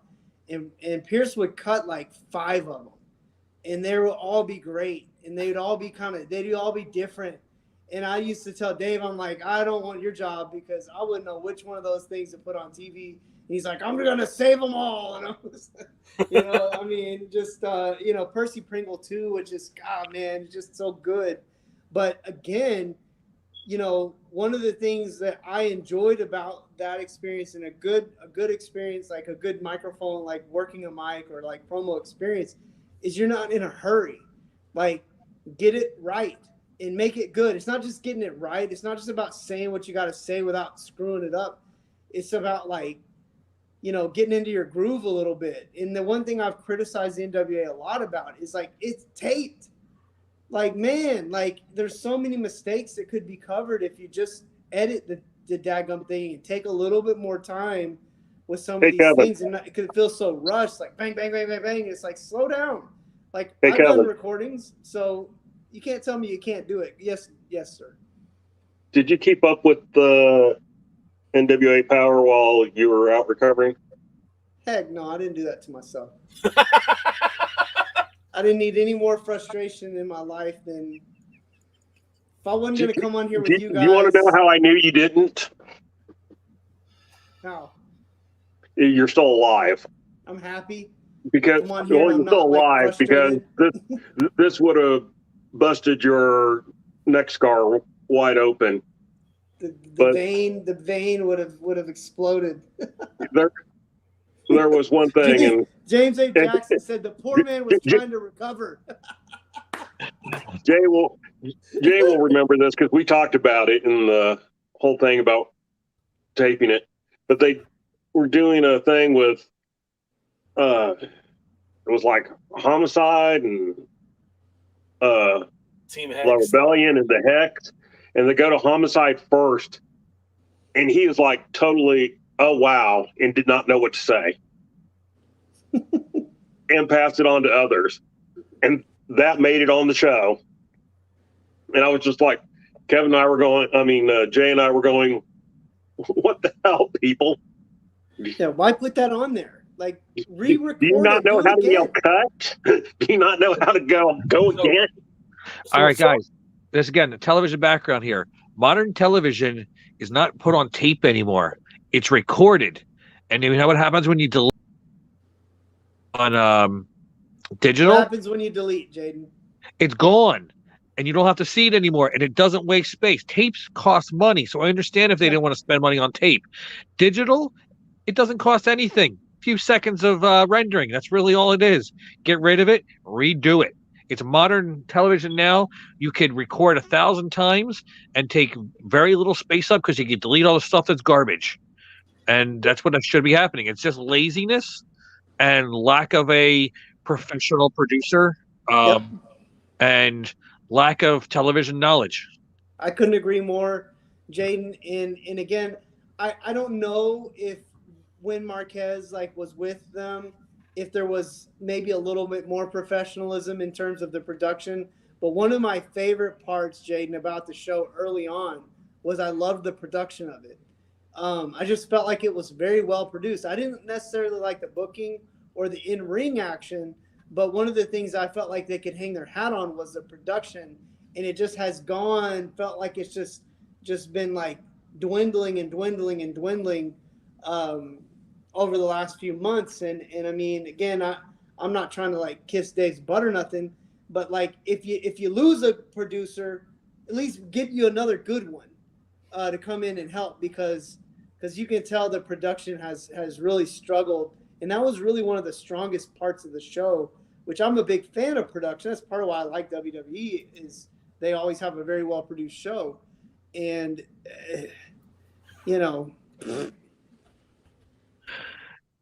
when Impact was not at its absolute best, the booking was horrible and the commentating was kind of crap.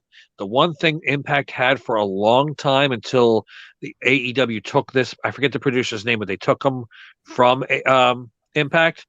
They had great television production. They had great introduction videos. They had great promo packages. WWE, as bad as this booking is, their promo packages are second to none. And if you could just get good wrestling with great production, you have something very, very special. Look at World Class Championship Wrestling, or World Class back in the day.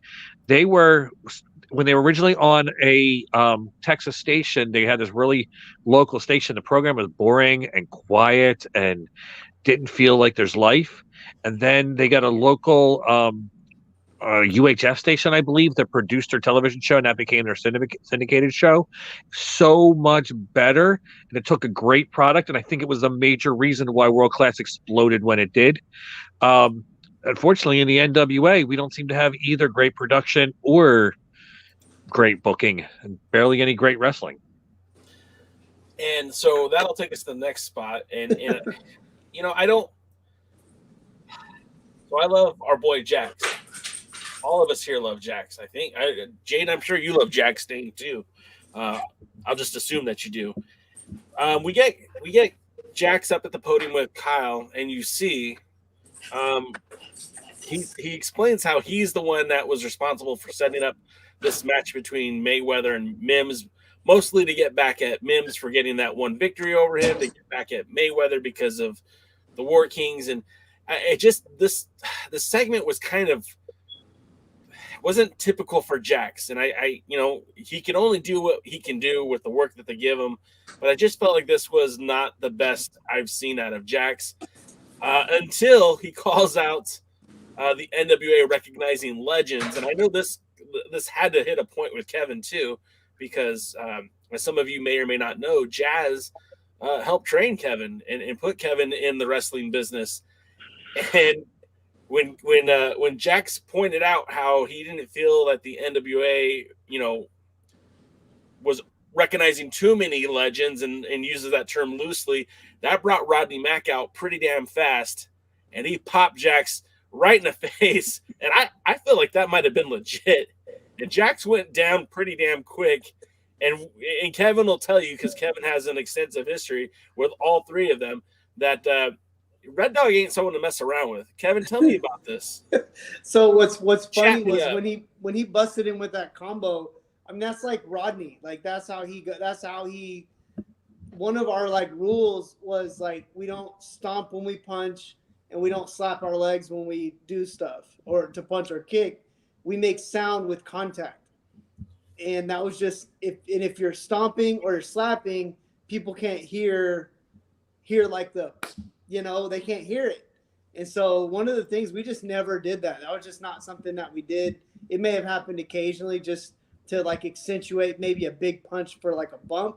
But like most of the time we're throwing hands, it's like pop, pop. You're going to hear some skin smacking. And so when he came out with that little combo, I had flashbacks because, I mean, we used to do that crap all the time. And we had a drill that we did in training that was called slap drill.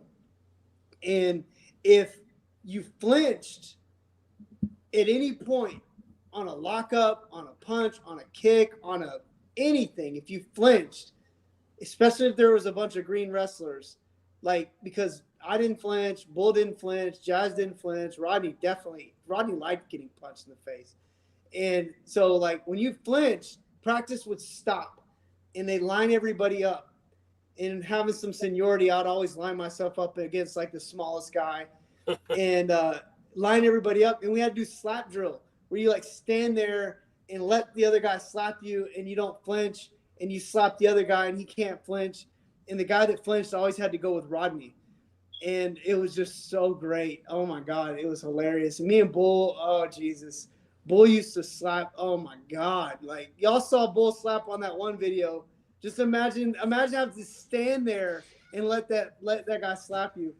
And we had a match. We had a slap drill, and there's these two kids that are always flinching. We're like, y'all just stop coming to practice, please, because we're tired of getting slapped every freaking time you guys flinch. Like Rodney finally just knocked one of them out with a slap, and so like. When I see stuff like that, I know I'm just telling you, like he's trying to make contact. He's not trying to like punch it. He just knows how to punch you in a way that's not going to really knock you out, but it's going to make contact. It's going to look good. It was exciting. It's fun to see Rodney out there doing his thing, and you know, one of Rodney's strongest suits is his work rate, and I really do hope to get to see maybe a match between him and Jax Dane because Rodney can work and with the best of them. So. It was great seeing him. It was a nice throwback. Wasn't expecting it. I did actually kind of have a spoiler because I saw it on Jax Dane's Twitter. And, you know, low-key, that's probably the main reason I watched this show. I didn't watch this, but I heard you guys talking about this, or when you and DK were talking about this in our conversations. Yeah. I love Rodney Mack, and that Jack Stain versus Rodney Mack, that match excites me.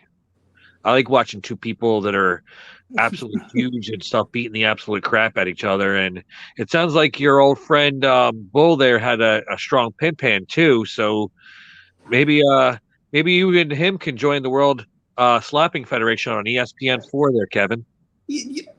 Look, man. Look, I don't slap no more. I just cut. He just chopped. I just ta.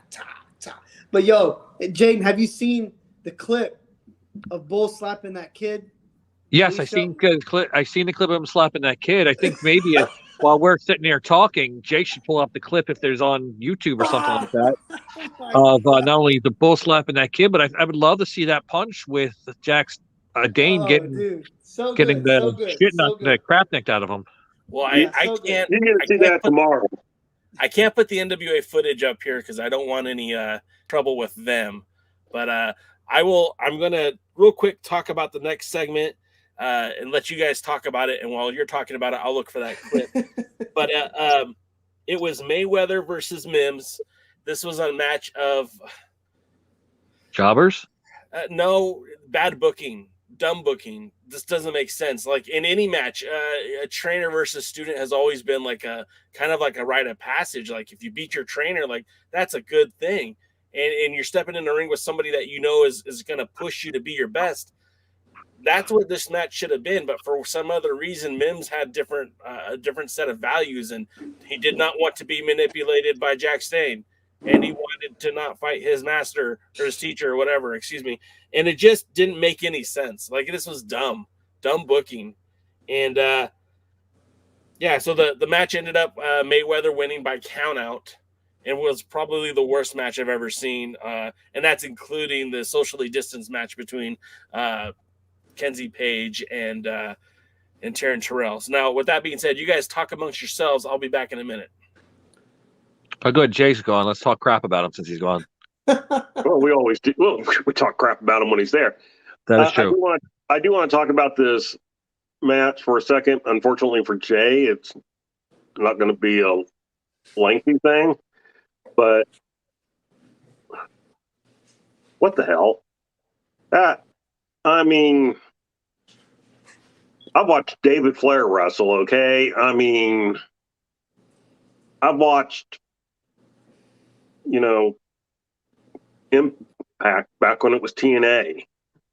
This is the dumbest thing ever. Ever.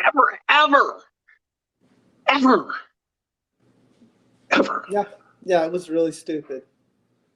I mean, there's not even anything to talk about. No. It's just if you saw it, you know what you know. Like, you know how bad it was. And if you didn't see it, we can't explain it. No, you know what? I can just tell. I mean, the story. This is what's funny about it. It's one of the few stories they've actually put out there that you actually knew what was going on, but it was a stupid story. Like, is a dumb story. Like, we're talking about Rodney Mack and I. Like, I would have never. Like, that would have never. We'd have never done that. But the NWA also has this really nasty habit of screwing over their fans with their matches and with their programming. It's not a good thing, just being honest. Like, it's not a good thing to have us suspended, like our time used on nonsense. And again, WWE gets a lot of criticism for doing the same thing. And I can agree with it,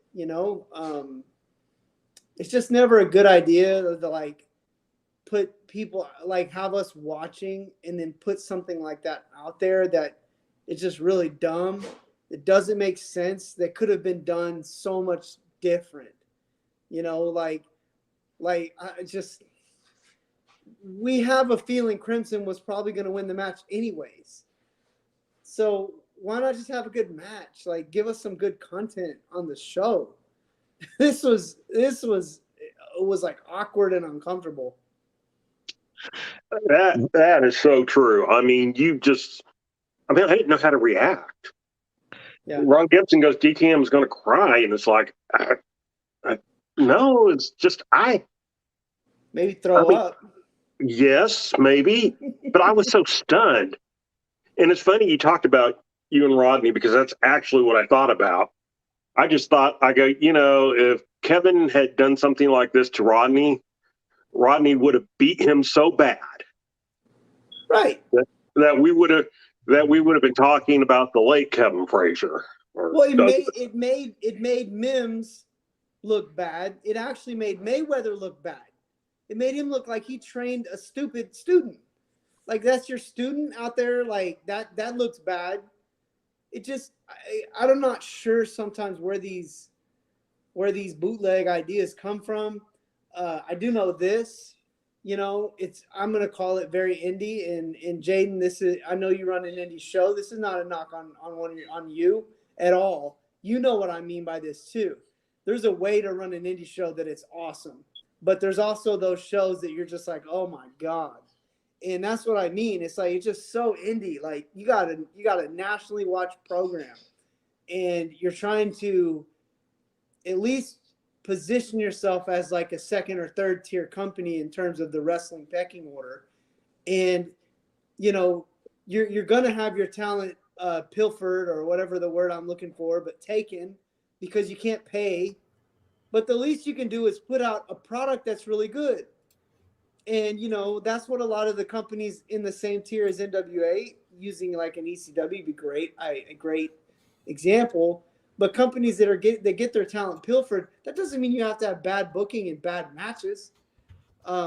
It's just one of those things. NWA, I've just, and while I've got the mic for a second, I'm gonna go ahead and jump off right now, guys, just because it's my wife's only night off, the only time we really had to spend together. So I'm gonna jump out of here.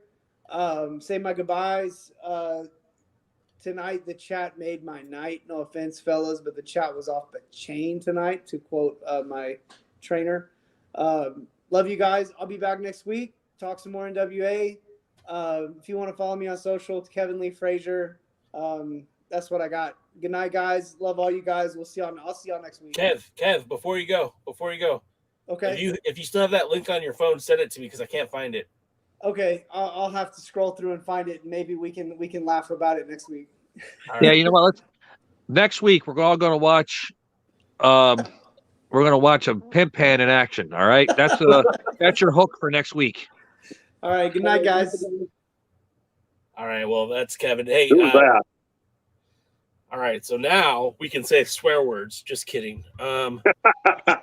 Wait, I wasn't supposed to say swear words? Not in front of Kevin. He's a man of God. Yeah. Anyways, so we've put enough dirt on that match. We've buried it far more than possible. Although I was not on camera, I heard everything you guys said, and I don't appreciate you talking about my mom like that. But secondly, that brings us to the Scion versus, Scion and May in the back. Now, this was another kind of uncomfortable situation. Scion, in and of itself, he's a weird dude. He's booked to be weird. And again, when you're talking about someone who represents what William Patrick Corgan wants in pro wrestling, I mean, I think this is right on the handle. The promo basically says that he likes May because she's different, because she chooses to display art on her body, and that and people will judge her without even knowing her. And he feels like people in the NWA are judging him without even knowing him, and just judge him based on his work. Okay, I mean, that's the only thing we've been judging you on, Scion, is your work. And, you know, you're not awful, but you're certainly not world championship material as far as I'm concerned. DK, what did you think about this segment? This is going to be short because all I heard was Charlie Brown, adult. That's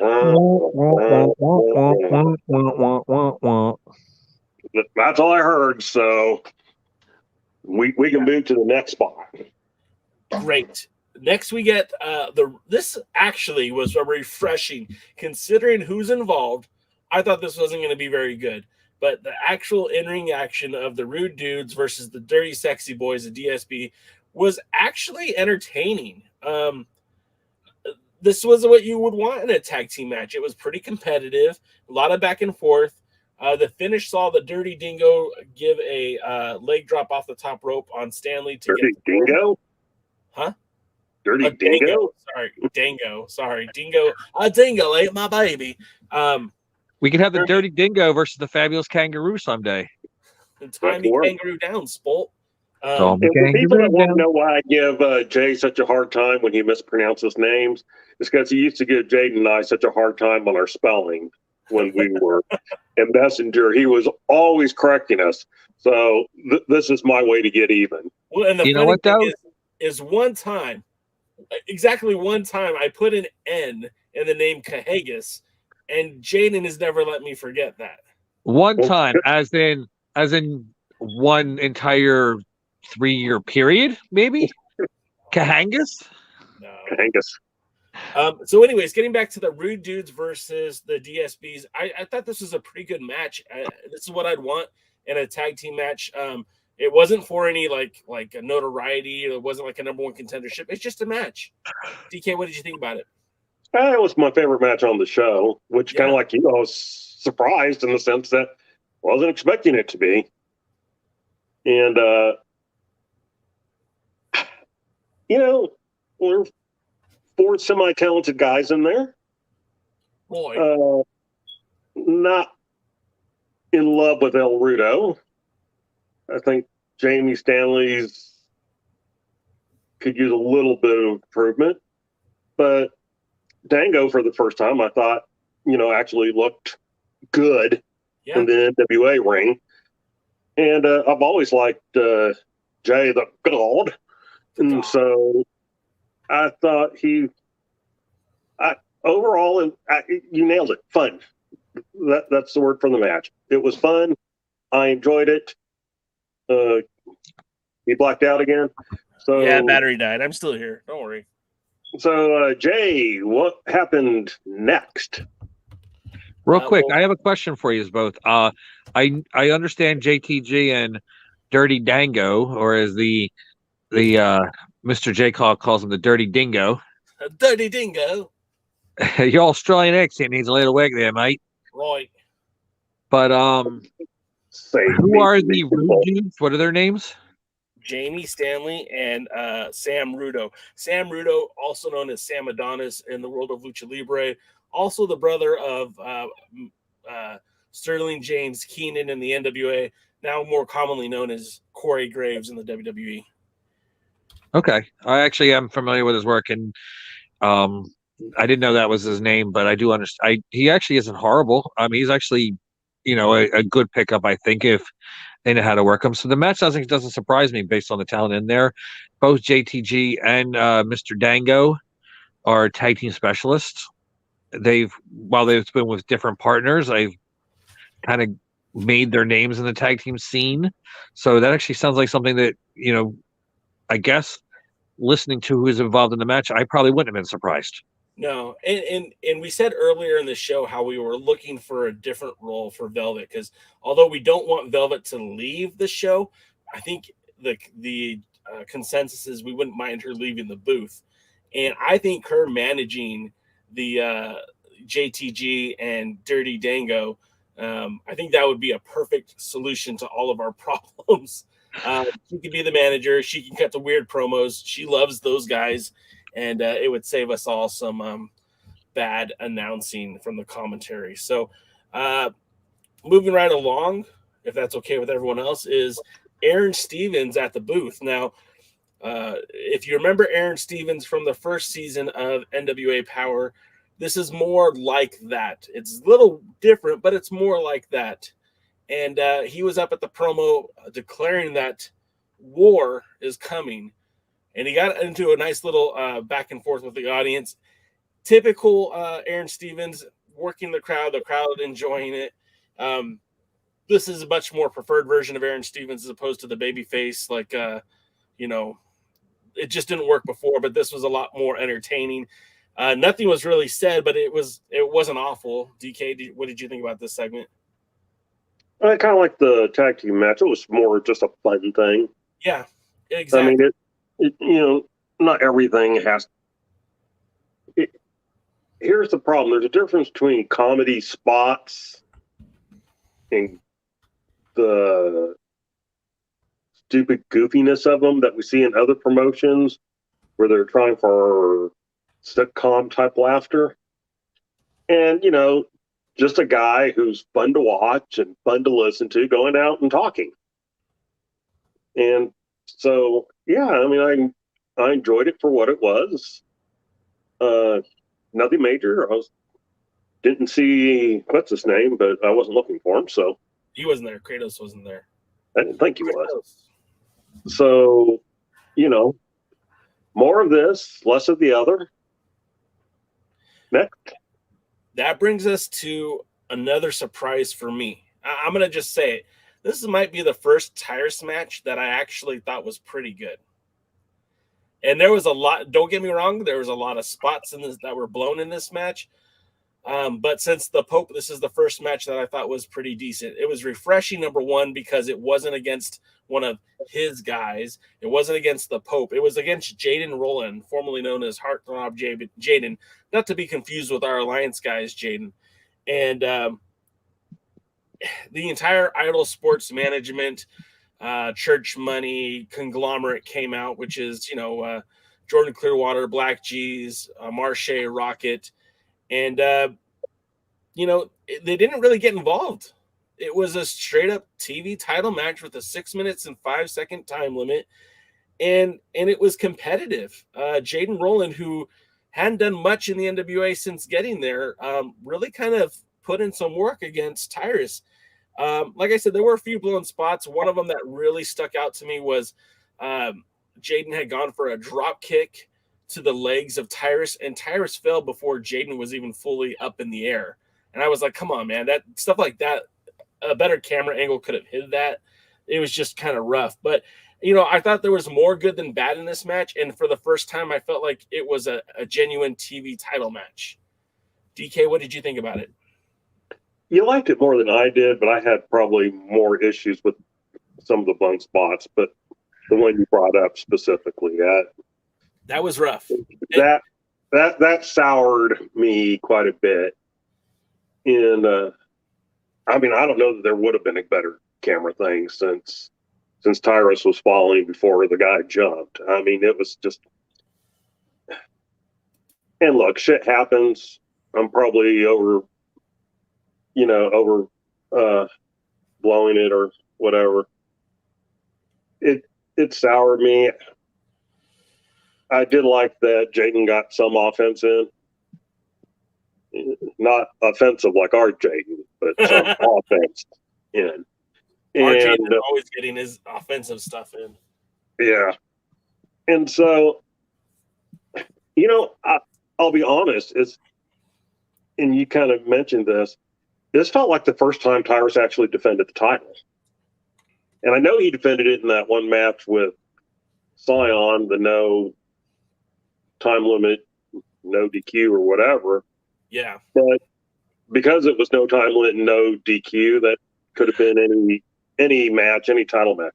That seemed like the first time that he was defending the TV title and the TV title rules, although I still think it should go 10 minutes. And, you know, it was kind of neat to have that title back in that position again. Yeah. Well, we were spoiled, right? Because the Pope went out there and did that every other week. And you had Pope on 2 months of TV really just putting over that TV title every which way. And it wasn't just against one guy or two guys. I mean, he faced everybody. He wrestled Matt Cross. He wrestled Tyrus. He wrestled a few other guys who I can't think of right now. But the bottom line is it was every week it was an interesting matchup for the Pope. And with Tyrus, they haven't given him that, or they've decided not to do that. And I hope this is more of what they do going forward. Like I said, there was a few blown spots, but overall, I was happier to see this match than what we have seen with Tyrus. Yeah, and this is more the type of title defenses that he needs making. I'll be honest, right now I'd like them to drop the Lucky 7 rule. I mean, you don't have to give up the title and go after the world championship. But again, my cousin or whatever is just one more person that should be challenging for the world championship but isn't. Mm-hmm.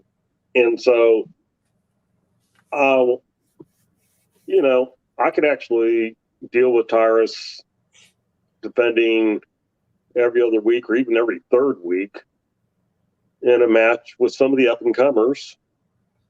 You know, we know he's probably going to win and everything, and that's fine. But, you know, if they can get some offense in on them and shine a little bit, then, you know, that can help them. So, Jaden, I want to ask you this question. Terry McDermott posed the question to the chat, and I'm going to pose it to you, and DK, you can answer next. But would you be interested at all in a Tyrus versus Trevor Murdoch match?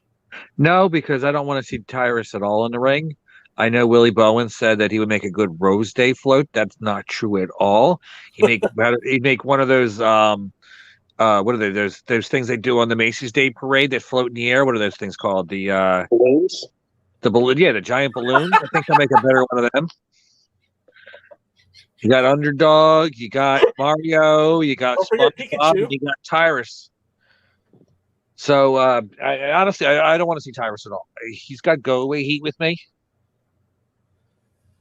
And you know, I like how he says NWA Gold says he's the NWA's answer to an abandoned refrigerator. Well, I wish somebody would cherry him and he gets stuck in that refrigerator so we don't have to see them anymore. And I know Jay knows that comment. I'm throwing my 1980s Punky Brewster in this one with this one right now. I just don't want to see Tyrus at all. You know, I definitely think the NWA needs a lot more Jaden. I think they just chose the wrong one. It's probably like Johnny Ace choosing the wrong one-legged wrestler. They wanted Jaden, they got the wrong one. Well, I mean, I'm going to still stand by. I think that was the best match that we've seen out of Tyrus in a while. So I'll stand by that. Next up, we get another match that started off okay. It was Scion versus Judeus with Father Mitchell of the Sinister Minister. And it started off really competitive going forward. And I liked that. I liked that this match was competitive. You know, the thing about Judeus is he was kind of, I'm not going to say he was overhyped, but he came in at the 73rd, won that battle royal to become the number one contender for the national champion. And then I feel like they just pulled the rug out from underneath him. He hasn't really done anything of merit since. He lost to Adonis, he lost to James Storm, and he had a double disqualification with James Storm. And then that whole fiasco with Sal a couple weeks ago. So seeing him in a competitive match was a nice change of pace. Scion, again, I'm not his biggest supporter. I saw Ron Gibson in here earlier said that he's ready for Scion to go too. But this match was pretty decent. And then Sal showed up, and I don't know what the end game is with Sal Renaro being an acolyte to Judeus, being his right-hand man. I don't know. It's a waste of time. There's so much good talent on this show. There are people that I would like to see more regularly. And even an old Sal Renaro who didn't do this goofy ass crap was a lot more entertaining to me than this WWE rehash, the ministry, the corporate angle. It's stupid. It's dumb. Stop it. Billy, stop it. You're better than this, or at least you should be. It ruined a perfectly good match for no other reason than just to get some occult type stuff over. I don't need this in my wrestling. That's why I don't watch Monday Night Raw. That's why I don't watch SmackDown. That's all I can say about it. DK, what are your thoughts? A match that seemed to start like the tag team match. In that I thought, I'm going to be pleasantly surprised. This is going to be a, good for what it is match, which I'm not expecting out of either Scion or Judeus. Yeah. And then it ends like the Mims Mayweather match, and that I'm just sitting there going, what the hell's going on here? Why would anybody do this? And, to be 100% perfectly honest,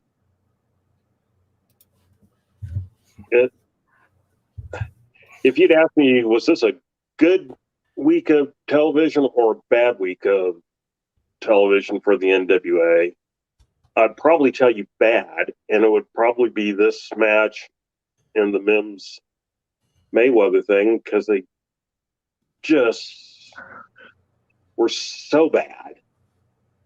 I don't really, you're getting disqualified because you're throwing a hobbit on somebody. I don't know. Jaden, I guess you won't see this till tomorrow. But based on what you're saying, I may never see it.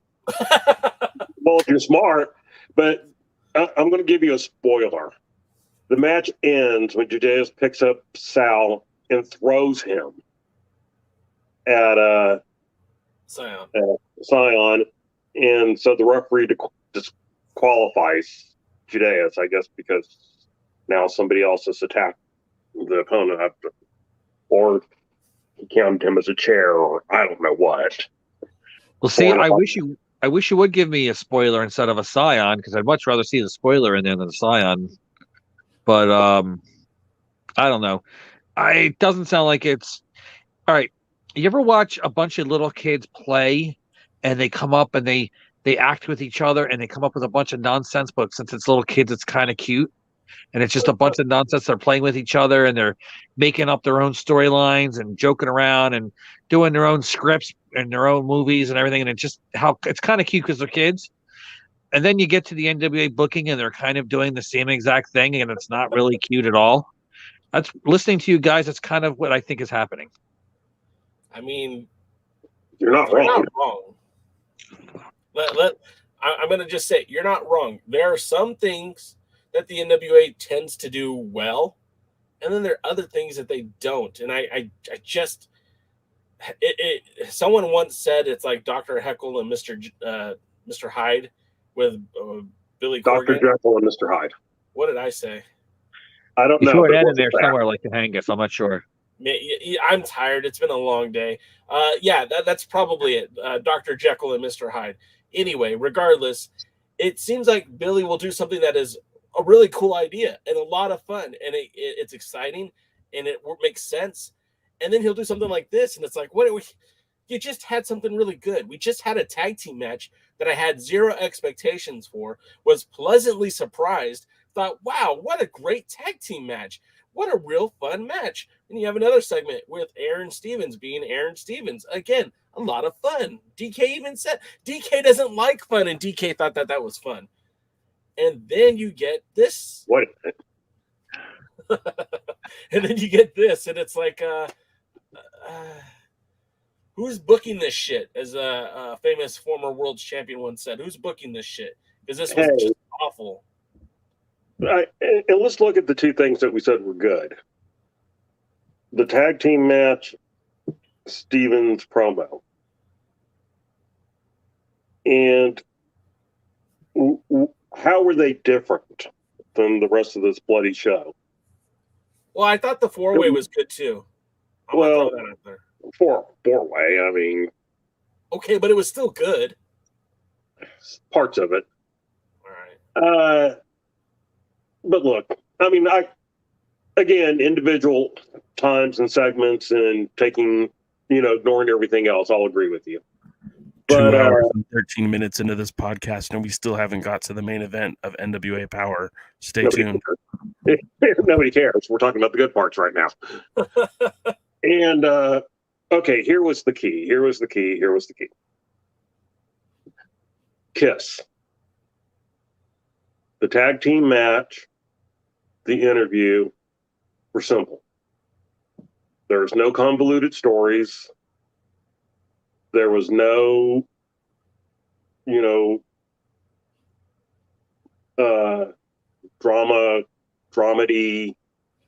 storylines. People went out and did what you're supposed to do in wrestling. Tag team match, they wrestled. The promo was a promo. Very simple. Wrestling's not complicated. Go back to Jim Ross's quote. Wrestling's not complicated. I need someone to cheer. I need someone to boo. And I need a reason for them to be facing each other. That's it. Now, Okay. before we get to the main event, there was a question that Willie G, and Willie, I don't think I've seen you in the show before, so thanks for hanging out with us tonight. I think this is a really good question, so I'm going to put it up on the screen. I want to hear both DKM and Jaden's response to this, but what percent do you give for Camille being a surprise in the Women's Rumble? Vince Zero. loves big blondes, would give NWA a ton of money for a Camille one-off. 0. Okay. -5. DK. Rumbles to bring back, and we talked about this even some with on the pre-party about why it's not going to be Nick Aldis. Yeah. And the Rumbles to bring back former WWE stars. Mickie James is a former WWE star. They don't give a crap that she's the Impact champion. They don't give a crap that she's wrestling in NWA. They don't know. Honestly, Vince McMahon has no idea what she's doing. They have 21 females on their main rosters. They need 9 to 10 to 11 to fill it out. And they don't want to use NXT people at this time, which is probably good since they're all greener than grass. And so, no, ain't going to be Camille. It ain't going to be Aldis. It ain't going to be – they are not looking for a male to come in through a forbidden door. There may be a male out there wrestling somewhere that they wouldn't mind getting. That's part of something else. But, you know, don't make more out of this than it is. So, with that being said, there are rumors that maybe Chris Adonis, and we hear that a lot in the Discord chat, that Chris Adonis might be a guy that Vince would want to use in the Rumble. First, I'm going to go with you, Jaden. What do you think? Do you think a guy like Chris Adonis, the NWA national champion, could be a surprise entrant into the Rumble? And I'm going to pose the same question to you, DK. For my answer, it's going to be really complicated. No. Adonis had all the potential in the world, and they were actually positioning Mr. Masters as a major top superstar. And he did some things to screw himself out of it. It happens sometimes when a young wrestler gets an opportunity when they're not quite ready or mature enough to do. It happens in every kind of sport sometimes.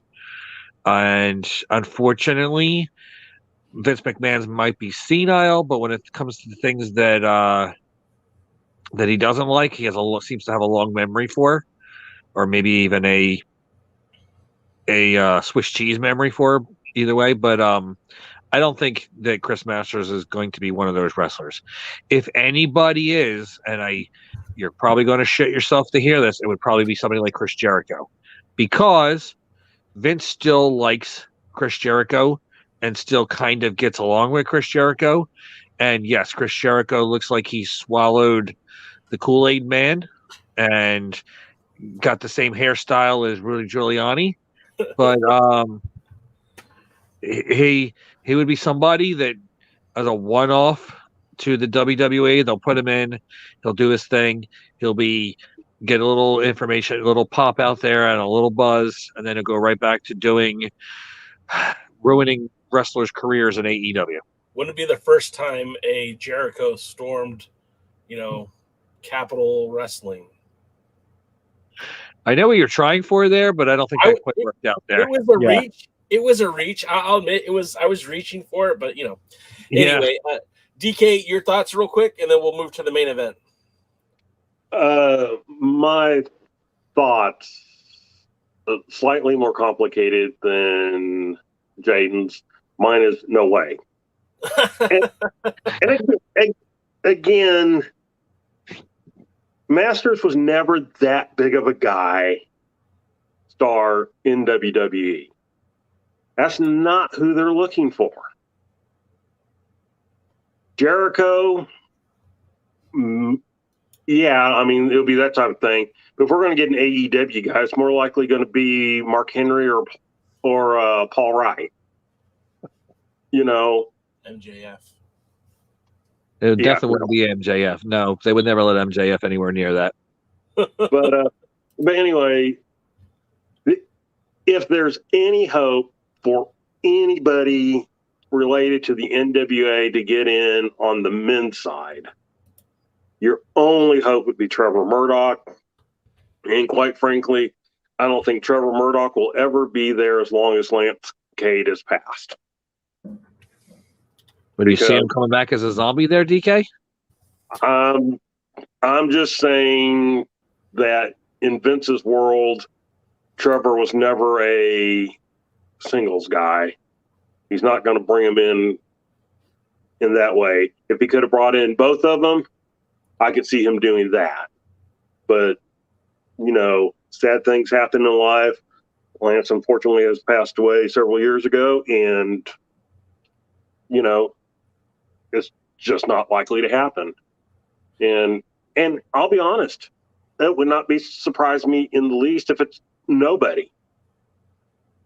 If there's not any Forbidden Door male. Because like I said, the only Forbidden Door female is one that is not behind any Forbidden Door. Yeah. Well, and then also too, in like in the WWE, like there's a bunch of guys that are working for the company that could show up and you'd be surprised that they were in the Rumble. P.D. Williams just signed on as a producer. Adam Pearce, although hasn't wrestled in a long time. I mean, what's preventing him from putting boots on, running out there and getting a quick pop and then getting eliminated? You know, and again, we're talking about Dallas, Texas, where WrestleMania is taking, or excuse me, I got mixed up there. Never mind. Where's the Rumble taking place at? Oh, you think I would know that, but I don't. Well, and then they recently I'll look it up. They recently announced that Corey Graves has been cleared to wrestle. So, I mean, there's a couple of guys on the roster who will get cheap pops if they end up running out there and you know, spending some time in the Rumble. But the bottom line is, I mean, if we're to believe that this Rumble is going to lead to the WrestleMania main event, I mean, it's not going to be the guys who show up for the one-off. Huh? St. Louis. St. Louis. Whoa, maybe it will be Trevor Murdoch. Oh yeah, and then our pal Dave Scooby knew that too. But with that being said, I mean, this is an NWA show, not a WWE show. And Bobby Petito asked, do I think Melina will be there? I wrote about it today. I do think she's going to be there. The rumors say that PWI, Mike Johnson reported on it. Mike Johnson is a trusted source. I would say yes, she'll be there. She'll be in the Rumble. I don't think Mike Johnson puts out clickbait news. So, and then our new pal Willie G says that maybe Sable will make her return, and that's not a bad guess either. I don't know if she's in ring shape, but that wouldn't shock me. That brings us to the main event, guys. 2 hours and 23 minutes in, we get to the main event of POWERRR, which is the first time seeing Matt Cardona compete in the National Wrestling Alliance, teaming with Mike Knox to take on Strictly Businesses, Tom Latimer and Chris Adonis, and Tim Storm and Trevor Murdoch. You know, this match, again, was not booked well. It doesn't make sense to me to throw these guys out there in this kind of a match. I think we said this before the show started, but what business does Tom Latimer or Chris Adonis have in a Tim Storm, Trevor Murdoch versus Matt Cardona, Mike Knox match? It didn't make sense. Again, if you're telling me this is like an entry match to the Crockett Cup, okay, then I'll take it. But it wasn't. It was just a match. It was a match that didn't make any sense. You know, a tag team match, Cardona and Knox versus Storm Murdoch, Cardona Knox versus Latimer Adonis, Latimer Adonis, Storm Murdoch. All of these somewhat could work for me. This didn't. Just didn't make sense. Now, you did put Cardona in the ring with Murdoch. They did have some one-on-one time. Murdoch was vicious. Cardona was vicious too when he was in there with Murdoch, which makes me believe that matchup down the road will be interesting, fun to watch. But other than that, this match seemed kind of pointless. DK, what did you think? Yeah, really, the addition of Strictly Business didn't fit. I mean, obviously, there's a history there with Murdoch and Cardona and Knox. You can add Tim Storm because he was part of that when Knox was beating the hell out of Murdoch with the chair, and wrapped the chain around his fist and made sure that Knox left the area and everything when it was done. I don't know why they put the other two in there, I guess, other than maybe they haven't wrestled recently and Billy wanted to make sure that people knew they were still alive and wrestling for the NWA. That made no sense. Overall, I was not overly impressed with the match. I don't like the way they booked Murdoch at all. Just, why? I mean, it's just that. Why? Can I give you guys a little insight behind the scenes in wrestling? Yeah. Well, if it can explain it, yes. If it kind of does, well, it kind of does, but doesn't justify it. If that makes sense. Sure. In wrestling, when a promoter or booker puts multiple men into one match, it's because they're trying to put their friends or their talent and they have too much of it and they're trying to include everybody onto a show. It's again, it's not justifiable, but they're trying to put all of their wrestlers on one show so then it looks like there's a lot of star power and big time wrestlers and they're all getting television coverage and they think it's helping the product out by getting more people out there to be seen and getting them more over what they think is trying to happen. In reality, it does just the opposite. You really should minimize every wrestler so when they're in there they mean something. Having them all in there in a big clusterfuck, it's a lot of star power in that match, but nothing really means anything, so nobody really stands out and nobody really gets over. AEW is guilty with this. WWE is guilty with this. They're trying to put too much on one show instead of really trying to give you the best of it. There's an old adage of when you have true perfection's not when you have to add more, but when you have nothing left to take away. So a wrestling event is you book it so you have it, so you just have the most important stuff that you need to get out there. Take out everything else that's there on your script or on your television format. Only leave what you have to do when you have nothing else to remove from that show, and then that's the show you put on the air. You don't want to constantly add more. There's a lot of independent wrestling promotions that do that, and they got 9, 10, 12 ways and 18 matches on the card because they're just trying to put as many people as possible. It's not a way to... I mean, I know he's paying them probably all to be there on the weekend anyway, but cut out this stupid Mims bullshit and put two wrestlers against each other that people want to see together, and then you have something that people want to see. Well, I mean, yeah, I think if we went back and let's look at this card. Well, I may not have it anymore. But I think if we went back and looked at this card and we said, okay, what if they had started off with just Kara Hogan versus Christy James? That would have been good. Winners in line for a title shot. That would have been good. Okay. That's not bad. Let two of them wrestle. What if we had never had Mims Mayweather at all? The world would be a better place for you and me. What would have happened if they just put Murdoch and Storm in against Cardona and Knox and it been a good and competitive match with some kind of, screw job ending or double disqualification or double count out? A real kind, a believable kind. Not the, they fought off or, whatever. I mean, there are times like what they tried to do with Judas and James Storm. By the way, whatever happened to him? Oh, he's off filming things. That's why we don't count on that. So just everything. It's not simple. Sounds like DK trying to sing a TikTok song out there. Maybe. Is that going to be the next dance craze there? The DK single song? Somebody should actually put music behind it, and we'll have it for next week's. We'll have it for next week's show. Anybody talented out there? Oh my God, DK! Simple. Oh jeez, I didn't need to see that.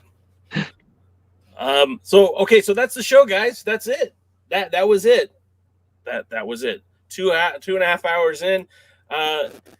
Jaden, I put up this flyer for this show called Dangerous Adrenaline Wrestling Gladiators that's happening on February the 26th. Can you tell us about this event? What do you know about this show? I can't tell anything about the show because Dangerous Adrenaline Wrestling Gladiators doesn't run shows. They run events. You almost had it there for like 1 out of 3 times.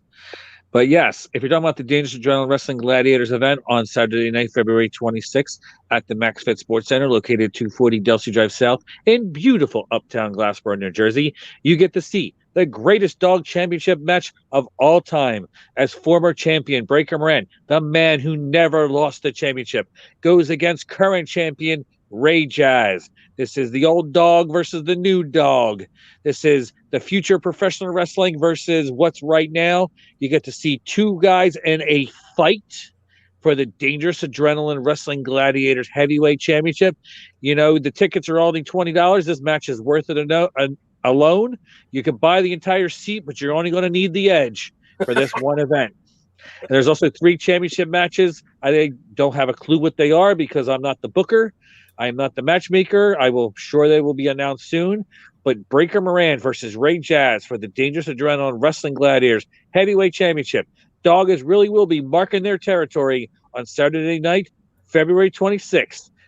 Doors open at 7, bell time 8 p.m. Get your tickets fast because you don't want to miss this. If you call yourself a wrestling fan, you are going to want to come and see this match.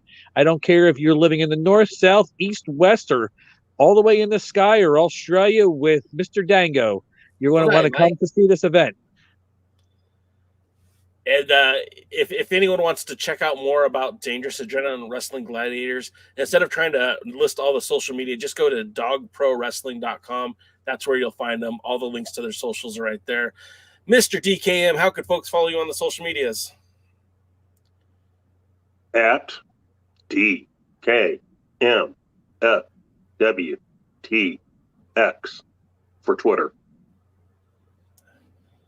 And how about that Instagram?